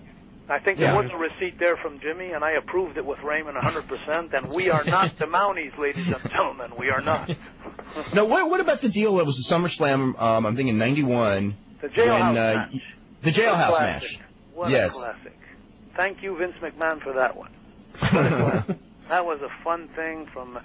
Big Boss Man is a great, great guy. Those who don't know him personally, the sweetest guy. And for me to work with a guy like that night after night, and him being so generous also, not being the type of wrestler who wants everything for himself, it was just great all around for me. I think about that today. I think about the last segment, of course, being carried out in the police car from the Madison Square Gardens to the jail, and getting to this jail and screaming and fighting everybody in New York, trying not to be locked up that night. The best part of that angle for me, when I still think about it today, is when the last seconds of my segment on the show, which was this guy behind me while I'm screaming, tapping me on my shoulder, saying like, "Excuse me, son." I said, "Leave me alone. I'm gonna tell you can't put my prints on that paper. You can't." And the guy's tapping me again on my shoulder, like, "Hey," I said, "leave me alone." And then finally I turn around, like, "Leave me alone." And I look up. He's about 1.5 feet taller than me. He's about 1 foot wider than me. Anyway, the big monster. And I look at him like, and then he looks at me. He says, "Hi." like a I don't know if I'm allowed to say this on the air, but a man who likes a man. Anyway, and when he did that, I was so great, because I was like, "Shut up!" And I turn around and I go, "Hi," and I go, and I got to spend the night there, and that's how my segment closed. And God, that was so funny. That was great. It was great. Now going back several years, shock somebody with that stick on accident? I actually did. Coco Beware, and it was so funny because I thought he was going to beat the crap out of me after it happened. But anyway, long story short, this is my first appearance as the Mountie with my electric stick, and I got this emergency button on. I don't know, I must have... Anyway, long story short is he's all soaking wet, and it's the end of the match, and I must have pressed the wrong button or something, and his hair starts sticking up on his head. I knew then I was in trouble, but anyway, I got back. It was so funny because I was scared, for one, that he jumped my ass. Anyway, we got back, and when he came back, it was like... Jesus Christ! And then I looking at him like, you're right, I'm sorry. And it was because it was really a big lawnmower coil in there, like a reverse charge battery, and it really, it can knock your socks off if you get touched by it. And anyway, but one of those. And the funny thing was I got to tell you this about the stick, because it made a few headlines. They scared the hell out of Virgil. Poor Virgil. Virgil must not have slept for nights.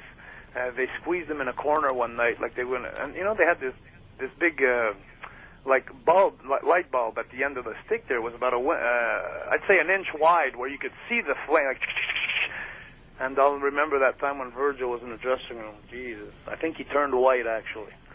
But anyway, just a little memory of a good time here. Not that I was behind the stick; I was against that kind of stuff. But gotta admit, it happened once in a while. Guys were bored. Now, what was the story with you and Dynamite Kid? You've probably been asked that 500,000 times, especially since he wrote his book. I didn't even see his book. Okay. I don't know what he said, but I'll tell you the truth. Okay. If you want to hear the truth, you'll get it. I'll go with the big lines, okay? I'm not a fighter. I don't look for fights. I don't like to fight. I was a family man. I was on the road, but as you know, the reputation of the Bulldogs was having fun in the dressing room, and with the new guys that would come in, they would cut the socks off or cut the pant leg off and just have a good old time on everybody else's account. I remember one night seeing Honky Tonk Man crying in the dressing room. They made him cry. The guys were picking on everybody. Crocodile, the guy Crocodile from down under. Outback Jack. Poor him. Oh, yeah, I heard they used to just harass him. I mean, the things was unreal what they did to him, like put some rotten things in his clothes, like in his crocodile in the back. He'd go for a week, then he'd start smelling. But it was all bad jokes. I consider that bad jokes, because when you're on the road 25 days a month, you have kids at home waiting for your wife, and you're not always in a good mood. You don't need to deal with this kind of crap. Long story short, somehow there's some heat that came up between us and the Bulldogs. And in Syracuse, New York, we're about an hour away from home, from Montreal. We'd been on the road 24 days. It was our last day, so they lived in Calgary, and there was no way that they could get home, him and Davey Boy. So we asked the chief, Jay Strongbow. We said, Jay, can you put us on? We're on 8. There's 9 matches. And the Bulldogs are on 4th, but they're going back to the hotel, and they're staying here tonight. If we go on 4th, there's a plane we could catch at 9:30, and we could spend an extra day at home, an extra night at home with the family. So because of that, I picked up a lot of heat with them. I assume that's what happened because I don't know anything else. And so anyway, he cut something. He cut one of my socks one night or something, and then I was warned by Mr. Perfect, Kurt Hennig, that I asked Kurt, actually, I said, would you check my stuff when I go in the ring? And when I came back, he had gave me the message that, yes, while I was in the ring, that the Bulldogs went into my bag. So I was soaking wet. I put my sweatsuits on top because we're catching our flight at 9:30. We're going home. But I didn't have time to check or nothing. Finally, when I got home, I realized my belt was gone, my workout gloves, my workout straps, everything was gone. So anyway, when I left the dressing room, I told Mr. Perfect, I said, Kurt, I'm going to tell Vince about this because I don't need this shit on the road. I have enough of my life to do. I don't need this. So I guess that was the wrong thing to say. So when I went home, somebody must have went and talked to somebody. When I got back to Florida 4 days later to start the tour, I'm sitting in the dressing room with Kurt and I'm playing cards. And as I'm as relaxed as I am now with the cards in my hand, here he came from behind Dynamite and he slapped me on the side of the head. I fell off the chair. Got back up. I was really wondering what the hell was going on. I got punched, kicked. I got my ass whipped, literally. I was swollen up about 3-4 inches on the side of my face. And then even Raymond, who was on crutches that night because he had ligaments that were torn, he said, hey, it's enough, guys. And then Dynamite turned around and he punched Raymond in the head. And then Raymond told him, he says, oh, yeah, you're going to beat up a guy with crutches? So then Dynamite turned around and he says, no. He says, I'm going to wait till you heal, and then I'm going to kick your ass. So that was it.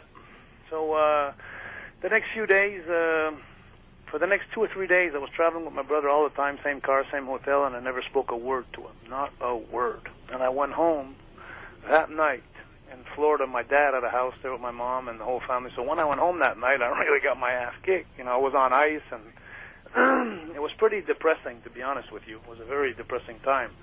And so the next day, I made my bag, and we were going to Chicago. So we're on the plane with all the boys. We're going to Chicago, and here's the next day. We go to land into Chicago, and as we're landing in, the flight attendant pulls out the speaker, and she says, well, we'd like to congratulate the Rougeau brothers on their boxing match last night, as we're landing. Mm-hmm. And I didn't win no boxing match last night. Anyway, so that really kicked me in the rear end, So I got on the plane, and it had been 2 days since I spoke to Raymond. And finally, I just turned over to him. We're going to Rockford, Illinois the next day. And not a word, guys. When I'm telling you not a word, it was really depressing. But anyway, I turned around to him on the way, on the highway, and I looked at him. I said, Raymond, I said, Monday's TV in Fort Wayne, Indiana. And that's when I'm going to make my comeback. So because I wanted to make a comeback, because I was right. If I would have been wrong, I would have went home. Believe me, I would have went home. But I'm not going to go home if I'm right. That's just not the kind of guy I am. So it was so funny because when we got back from Rockford that night, we got in the hotel room. Raymond put a mattress against the wall, took a pillow, put it against the mattress. Okay, here we go. So we started jabbing. I'm trying to follow the pillow as fast as I can, and we're going over a couple of strategies in case something goes wrong, and blah, blah, blah. So this is for 2-3 days in a row, and I keep reading my book. I'm just reading my book. Every night he'd come in the dressing room. There were about 4 or 5 of them. I'm not going to mention any names because I may need them on my card soon. But anyway, long story short, it was a big family, and they kept coming in together every night, like 4, 5, 6 guys, always together, and Dynamite would come by me every time. He'd never miss out. He'd come out and bang his bag right next to me, and he was going to Europe like the Tuesday following, the next Tuesday, so he was telling everybody, hey guys, anybody need some jock itch there, you know, I'd get some, and the whole ribs were going on and on, the insults and the rest, and I kept letting time go by, and I was saying to myself, well, maybe one day he's going to stop being so sure of himself, and he won't be walking around with his 5, 6 guys, and I was hoping that day would be TV. That's what I was praying for. So the week that followed that event, I didn't eat, I didn't sleep, I lost 15 pounds. I was looking at life in a very dark tunnel, and not knowing if I would be around, even if I do a comeback, and if I miss or whatever, you know. There was a lot of things that went through my mind that week. And then I remember the day of the show, the Monday, going to Fort Wayne. I called my dad in Florida because I was really upset. And I told my dad, I said, as you know, I'm doing my comeback today, Dad, and I said, no matter what happens, I want you to know I'm doing it for the family, you know, because, you know, we weren't wrong in here, you know, I got to stick up. And my dad said, well, why don't you stop at the bank on the way? So I stopped at the bank. And anyway, long story short is when we were at the building, we got at the building at 11 o'clock. We walked in, and the Bulldogs were there, and a bunch of guys that were hanging around with them were there, and it was a Monday morning, and Vince was there, Hulk, Macho Man, everybody was there. And when we came in, there was 3 dressing rooms. And the first dressing room that I opened the curtain, there they are, they're all there, right in front of me. And then so Raymond assumed that we're taking the next 2 dressing rooms, which he was wrong. I walked right in that dressing room, and I walked right in front of every guy. With my head down, I don't want no trouble, guys, you know, I don't want you to beat me no more, please. And I went to sit down, and I pulled out my book, and I started reading. And I read, and then about a half hour later, they all got up, and they all went to eat at the cafeteria.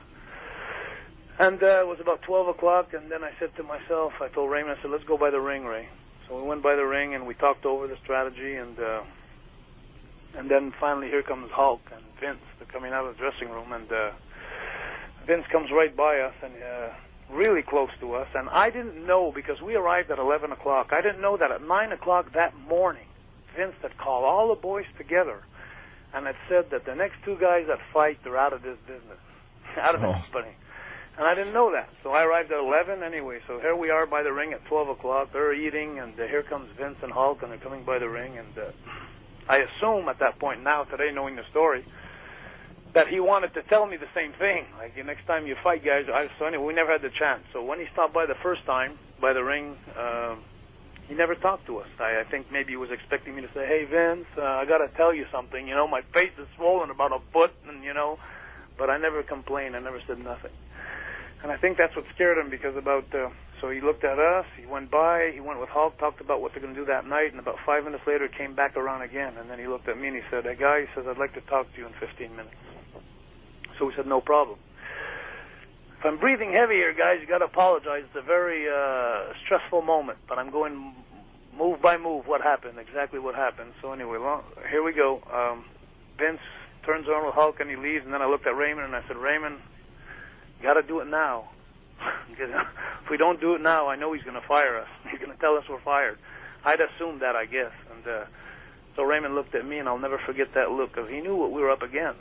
And he looked at me and he says, you sure you want to do this? And I looked right back at him. It didn't take me 2 seconds. I said, you sure you want to back me? And knowing Raymond, he's so proud, you know. He says, and he got a little upset. He said, sure, I'm going to back you. I said, well, let's go, you know. So we went back in the hallway. Like every arena, they have like a little hallway in the back where the dressing rooms are, and it's about 10 feet wide. So I was standing on one side, Raymond on the other. Everybody was eating. And now it was just a matter of waiting till everybody came out of the cafeteria. And there came Don Morocco, there came Ace Horton, there came Brett, There came Jim the Anvil Neidhart. There came Davey Boy by himself. And I knew there was only Dynamite left for the first time in a week. I don't know, I'd made my prayers, and I prayed. I wanted to have him alone, just alone. And there he came out. He walked out of the cafeteria, I'd say about 25 feet away from me, with a coffee in his hand. And when he saw me, he looked at me in the eyes. He put his chest out real far, and he looked at me, very proud, with his coffee in his hand. And I put my head down like, please don't beat me no more. Please. And I put my head down, and when he got about 4 feet from me, I lifted my head up, and for the first time I addressed the word to him. I told him, I said, "Hi, how you doing?" And then I let a right go. And I hit him hard. I hit him very, very, very hard. 4 teeth came out, one shot. Blood was pissing all over the place. And I got to tell you today, as I live today, that he's a tough son of a gun. He hooked me by the tights.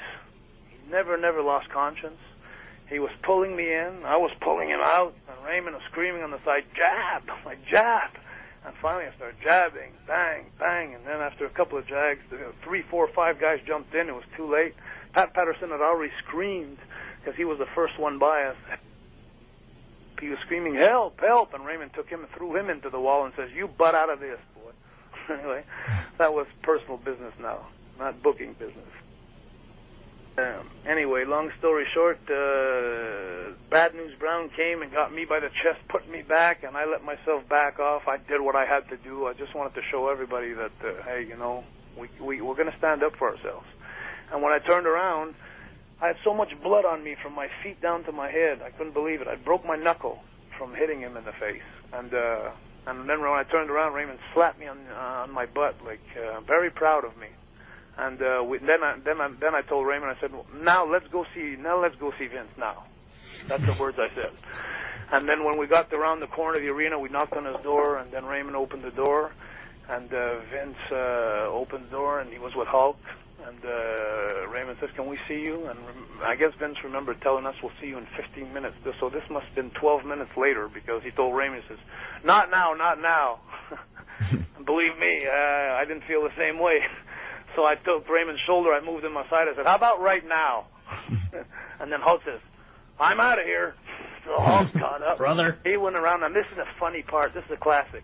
The door opens right beside me. Boom. And there's Randy Savage. He looks at me, he goes, "Ooh," shuts the door, boy. That was cool. Anyway, long story short is Vince says, "Come in here, guys." And then I told Vince I took the word. I took the floor. I said, "Vince, I just want you to know something. If you want to fire me now, if you want to send me home, I'm okay with this. Because now, starting right now, I could look at myself in the mirror again." I said, "I've been shaving the whole week, and I have a very, very hard time looking at myself in the mirror. Now I'm okay. If you want to send me home, I'm okay now." He says, "Jacques, I'm not sending anybody home." He says, "Jesus Christ." And then he says, "Hold on. Stay here, guys. Lock the door. I'll be right back." So he left. We locked the doors because we knew what was coming, we thought anyway. And we got ready for the worst anyway. And thank God nothing happened. And about 5 minutes later, he came knocking back on the door, and he says, "Okay, open up, guys. It's Vince." So we open up the door. And Jesus Christ, he told us, "Guys," he says, "they're gone to the hospital." He says he wanted to sit us all together, I guess, then. And so they were gone to the hospital. So he says, "Listen," he says, "tomorrow the Bulldogs are going to Europe." They had a pay-per-view like the next day. I knew that. And like the way I went to Miami at my house, he went the same way to his home. And when he got home, anyway, he says he's going home tomorrow, so he's not going to be there tomorrow. So he says, "I'm going to escort you to your car, guys, and I want you to go to the next town," which I think was Albany, New York, or something like that the next day. And that's what happened. From that point on, it was very stressing because I never liked any of this. I never wanted any of this. Lord knows. I think he didn't want it any more than I did. It's just a matter of conflicts or characters. But we got there the next day, and all the boys, there was nobody talking to us. A couple of people came. I remember Mike Sharp coming to see me and saying, "How you doing, Jacques?" A couple of guys, you know, that were my friends that said hello. But it was mostly everybody didn't know where to stand or didn't want to show anybody where they were standing. And all this to say that Dino Bravo came to see us a couple of nights later in Madison Square Gardens, and he says, "Guys," he says, "I got good news and I got bad news." So we said, okay, what's the news? He says, which one do you want first? I said, well, give me the good news. He says, the Bulldogs are quitting. I said, okay. I said, what's the bad news? He said, the Bulldogs are quitting. I said, what do you mean? He says, well, they sure ain't going to get fired if they do anything. And then it hit me like a brick. Okay, it's comeback time again. Everybody in wrestling was wondering what was going to happen between the Bulldogs and the Rougeaus, because they knew that the Survivor Series was the Bulldogs' last show. The last match on a pay-per-view, and they had just come back from Europe. But I got to give congratulations once again, I guess, to Vince McMahon, because what he did is he flew us into California in the private room in the embassy suites of the airport, and he made us all meet for the first time after the encounter, before going back on tour to Tucson and Phoenix and all those towns. And it was great because there was a lot of emotions on both sides, I'm sure, and when we finally came in, we saw them going in the door first, and then me and Raymond were behind, and I was always afraid to back myself up in a corner because I never knew what to expect. I'd expect the worst, and Raymond did too. So when we came in, we got closed in this small room, and then Dynamite took the word out first. He said, no, he says, I think you did what you had to do. He says, because of the family, the respect for the family, and he says, I don't know exactly in what kind of words he was saying it. I couldn't believe my ears, but I had a lot of sympathy for him. I felt bad. I was happy in a way because I was saying, let's close this door. Let's turn this page in my life. I don't like this. I'm not comfortable for the last month, beating up somebody or being beat up. It's not part of my life. And he was very kind, and we went to Tucson the next night. They were in their room, and we always checked our backs every night, and we knew a week from then they were finishing off at the pay-per-view.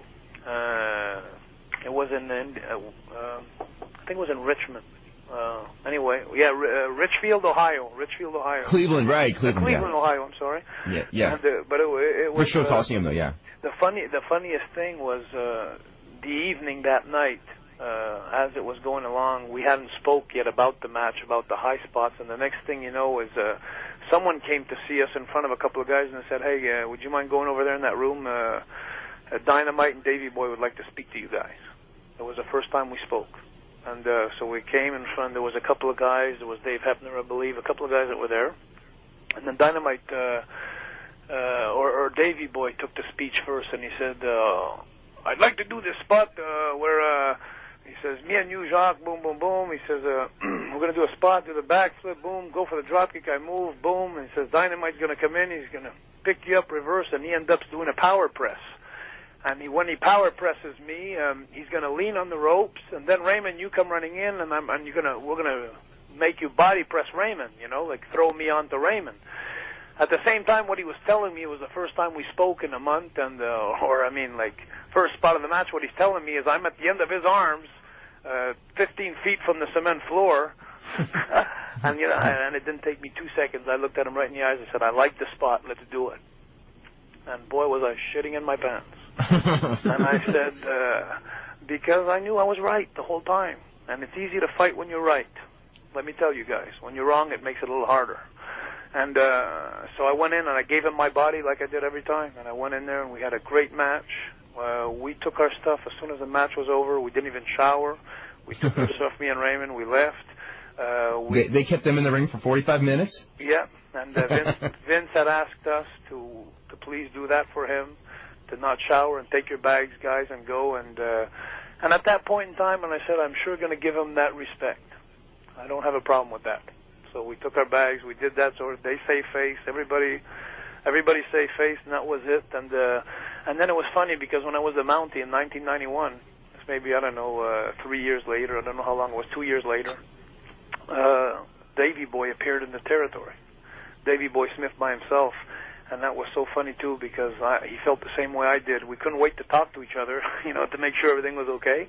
And when he came in, I won't forget that either. And he came up to me and he said to me, Davey Boy, he says, Jacques, he says, I have no bone with you. He says, you did what you had to do. And he says, That's what I think about it today. He says, how do you feel? I said, well, Davey boy, I'm so happy to hear it. I don't want to hear about it no more, who was right, who was wrong, or whatever.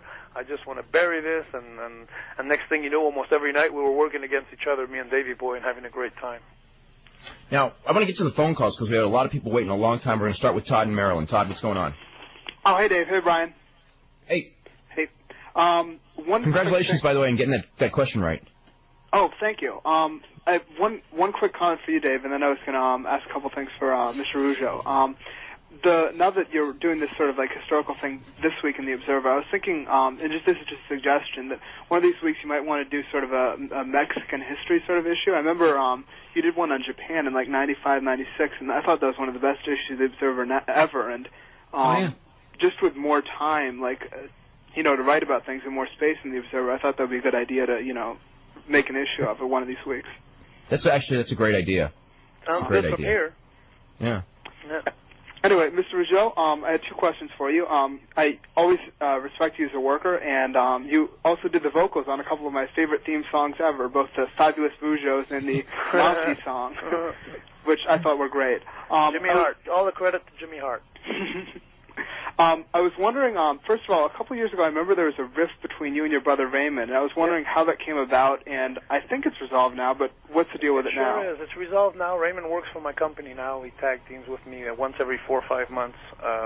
What had happened, it was simple. It was a Vince McMahon issue where when I left WWF, my brother Raymond and my dad were like religiously in love with Vince McMahon. This is a interesting story, by the way. Go ahead. And it was like my dad and Raymond, they breathed by WWF. And what I tried to explain to Raymond over the years was like, Raymond, WWF came to Montreal in 1985. We started in 72 and 77, respectively. We have done what we had to do in Quebec to get over. We are now over in Montreal. They didn't create us in Quebec.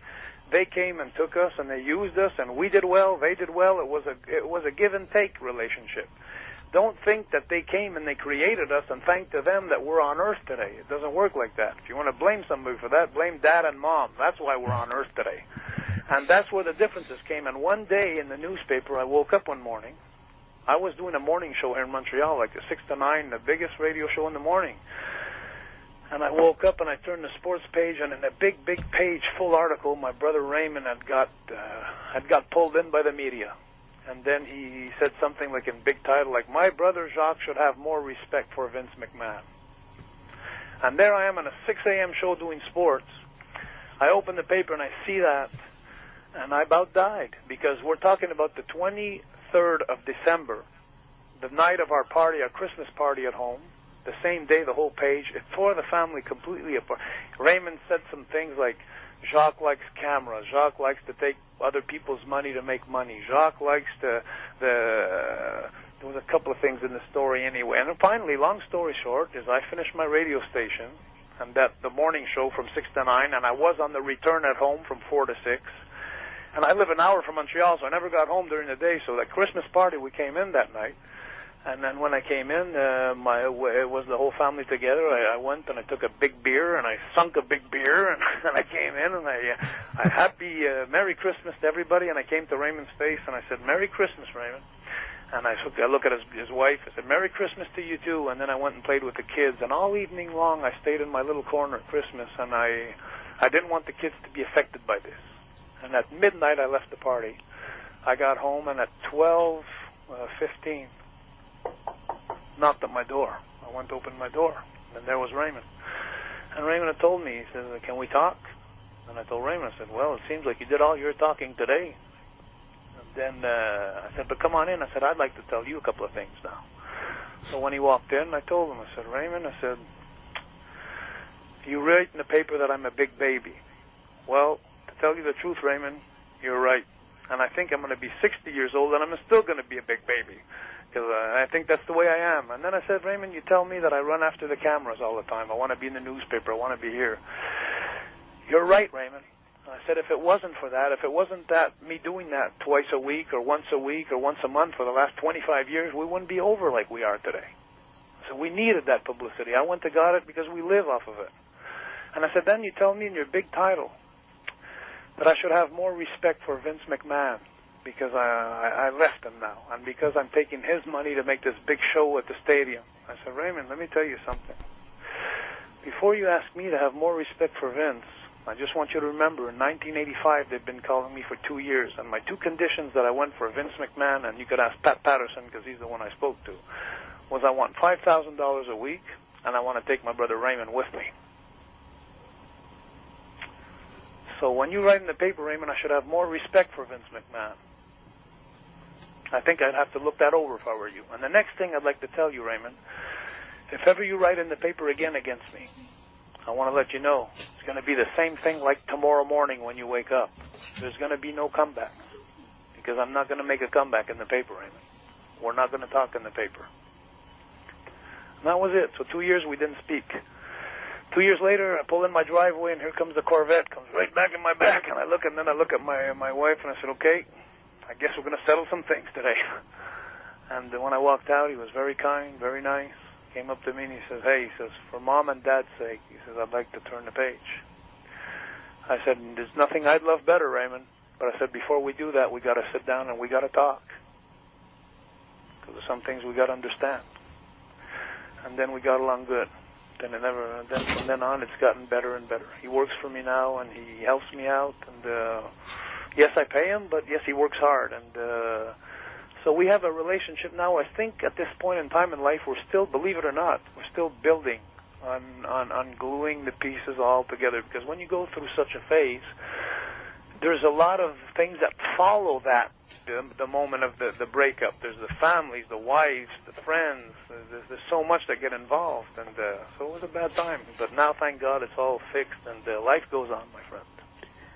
What you're saying right now, it seems to me to mirror a lot what happened to the Hearts. And just doesn't it, though? A follow-up, what do you think it is about Vince McMahon that would bring such strong emotions that would sort of divide families that had been together for so long? Money. I think you know that. I think everybody knows that. It's money. Money and the job. It depends just, you know what, it depends just how much you like money in life. I'm going to tell you something, guys. I'm going to tell you something great that's happened to me. I fell right down on my ass when Vince dropped me like a potato bag. I got my letter by Pure Later. Not even a call. Nobody told me. I thought it was a royalty check I got. When I got outside, I saw a truck. I said, yes, sir. I went running outside. I took the thing, and then I started reading the letter, and it says, Dear Mr. Rougeau, we'd like to thank you for your services. And then I stopped. And then it was like, I must not be reading my envelope. You know? And anyway, now today, let me just tell you something. From 5 years later, 4 years later, whatever it is, 4 years later now, I don't have any more money. I don't have 100 more friends now. I don't have 100 friends. I have my 3 kids. I have a 12-year-old who started wrestling last month. I got a 8-year-old and a 2-year-old. And my life is, I'm so happy now because instead of going to buy a boat or buying a truck or buying this for my sons, you know what I do? I go play baseball with them. I take them camping. I don't have any money, so I can't buy them anything. And I'm realizing now in the last 2 years we've grown so close, my kids and me, because I'm not buying the love of my kids anymore. I'm earning it. And I got to thank my experience in my life from going on the top of the world to like Top Gun, crash and burn. And now I'm starting to come out. I have a wrestling school. I have a great wrestling school. I have 25 kids in my wrestling school. I would tell you honestly, without bragging, I have the best wrestling school in the world today. Why? Because I take my boys in, and I take them 3 days a week for 2 hours every time, 6 hours a week. And after I took them for 4 months or 8 months, I put them on a show.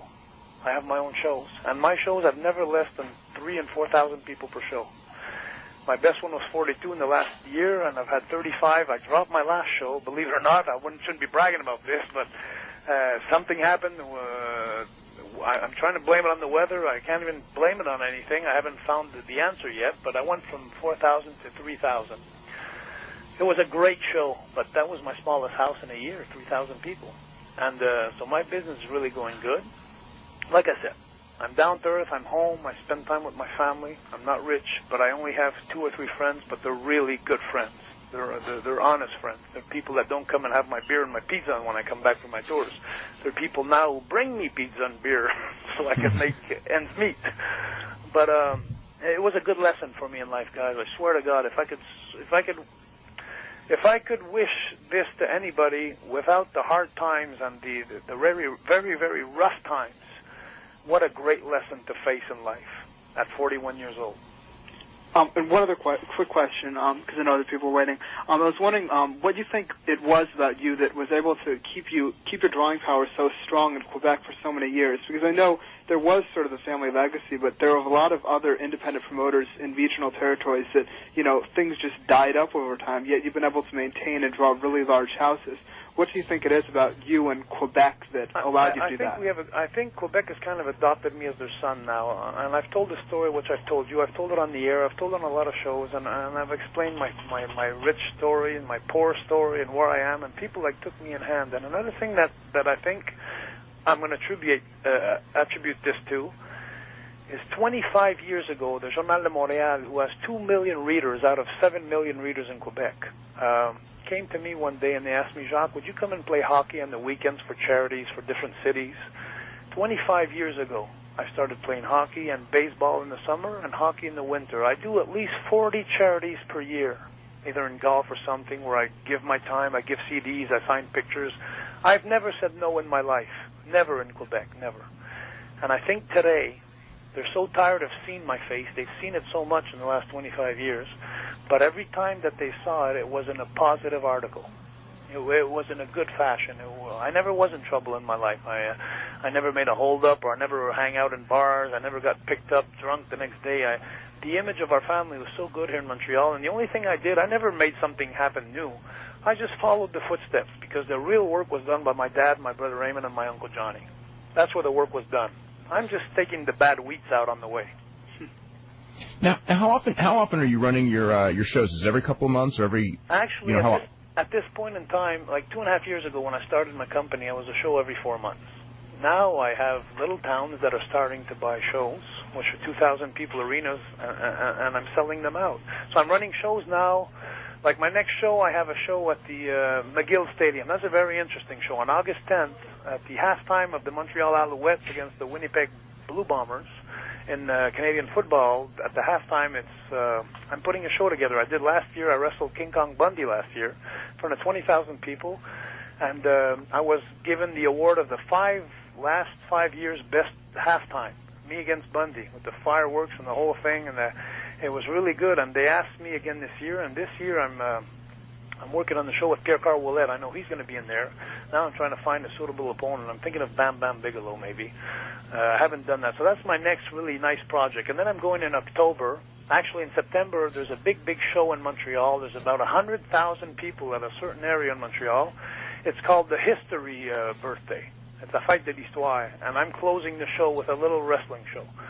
4 or 5 matches. Then I'm going for my big shows. I may be going, this is a good scoop, I may be going to the Molson Center. Really? Yeah. The Molson Theater, 9,000 people. I'm waiting on some very, very big answers from some very, very big people. And you guys know the business, and I'm not going to show you how it's done, so let's wait and see what happens. But look at the first week of October to see me for the first time in Lutte Internationale 2000, my company, to the Molson Center. Okay, thanks, Can I ask you one quick question? I seem to recall a couple of years ago you got Hulk Hogan to do a job at a time when he didn't do a whole lot of jobs. And how'd you swing that? You know what? I think it's... I've said it since then. It was Hulk's decision. And you know, it's so funny because when I first putting this thing together, I just assumed, because there's a lot of questions I didn't ask, if you understand what I mean. I didn't, and I think there was something between him and Eric Bischoff. I think that's why he did it. But the reason that he gave me, gentlemen, is the best reason a man would like to hear. He said, Jacques, you know, he says, you were on tour for 10 years with me.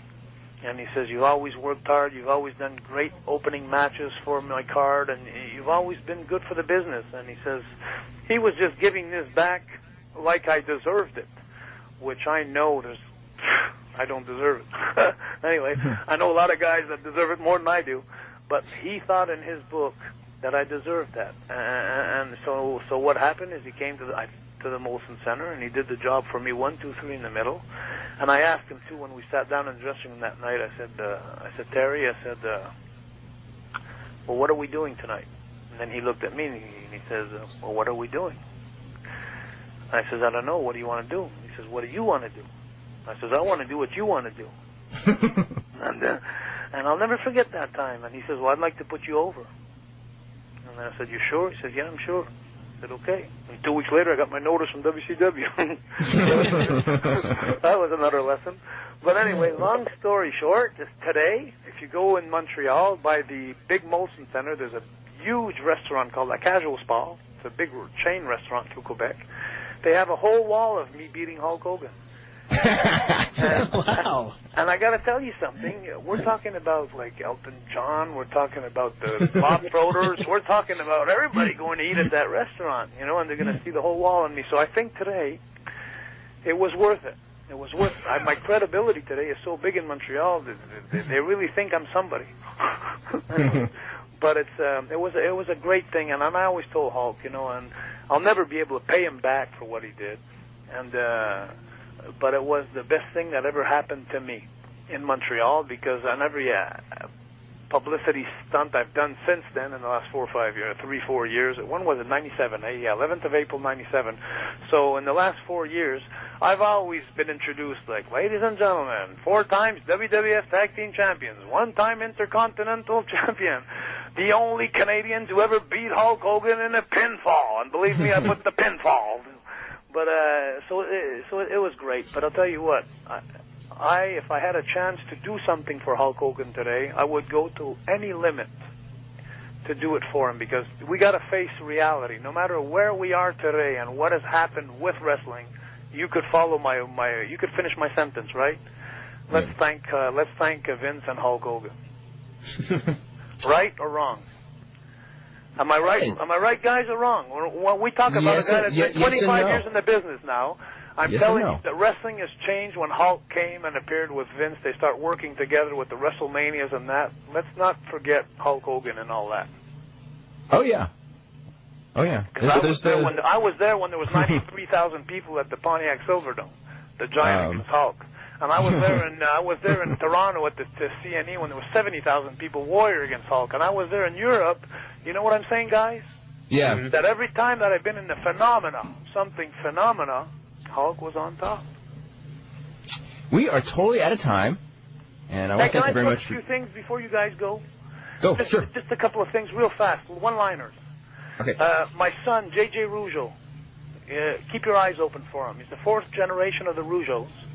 He started wrestling against a midget last show, and he's got more charisma than me. He's great. My wrestling website, it's Lutte, 2000.com. Pierre-Carl Ouellet. You guys remember Pierre-Carl Ouellet? Of course. Mm-hmm. He's going to be, a lot of good things are happening to him. I just want to let you know he's in best shape he's ever been. He's going to Saudi Arabia next week, and look for something big this fall with Carl Ouellet. Mm-hmm. Last thing, my wrestling school. The best wrestling school in the world. I'll take you in like you're my son. I'm the teacher. I do everything. Here's my wrestling school number, 450-470-9807. And the rest, gentlemen, I must say thank you very much for this conversation today. You guys, I enjoyed tremendously your ads about the drug-free during your show. I think it's great what you're doing. And good luck to you guys. Okay, thank you very much. And we will be back here tomorrow. We're going to talk about television syndication with Bill Behrens and NWA Business, NWA Vice President Bill Behrens, who's going to teach us a little bit about why wrestling in syndication is so different now than it was when, in the 80s when, we'll just talk about the changes in the television industry and how wrestling relates to that. We'll see you tomorrow at 5.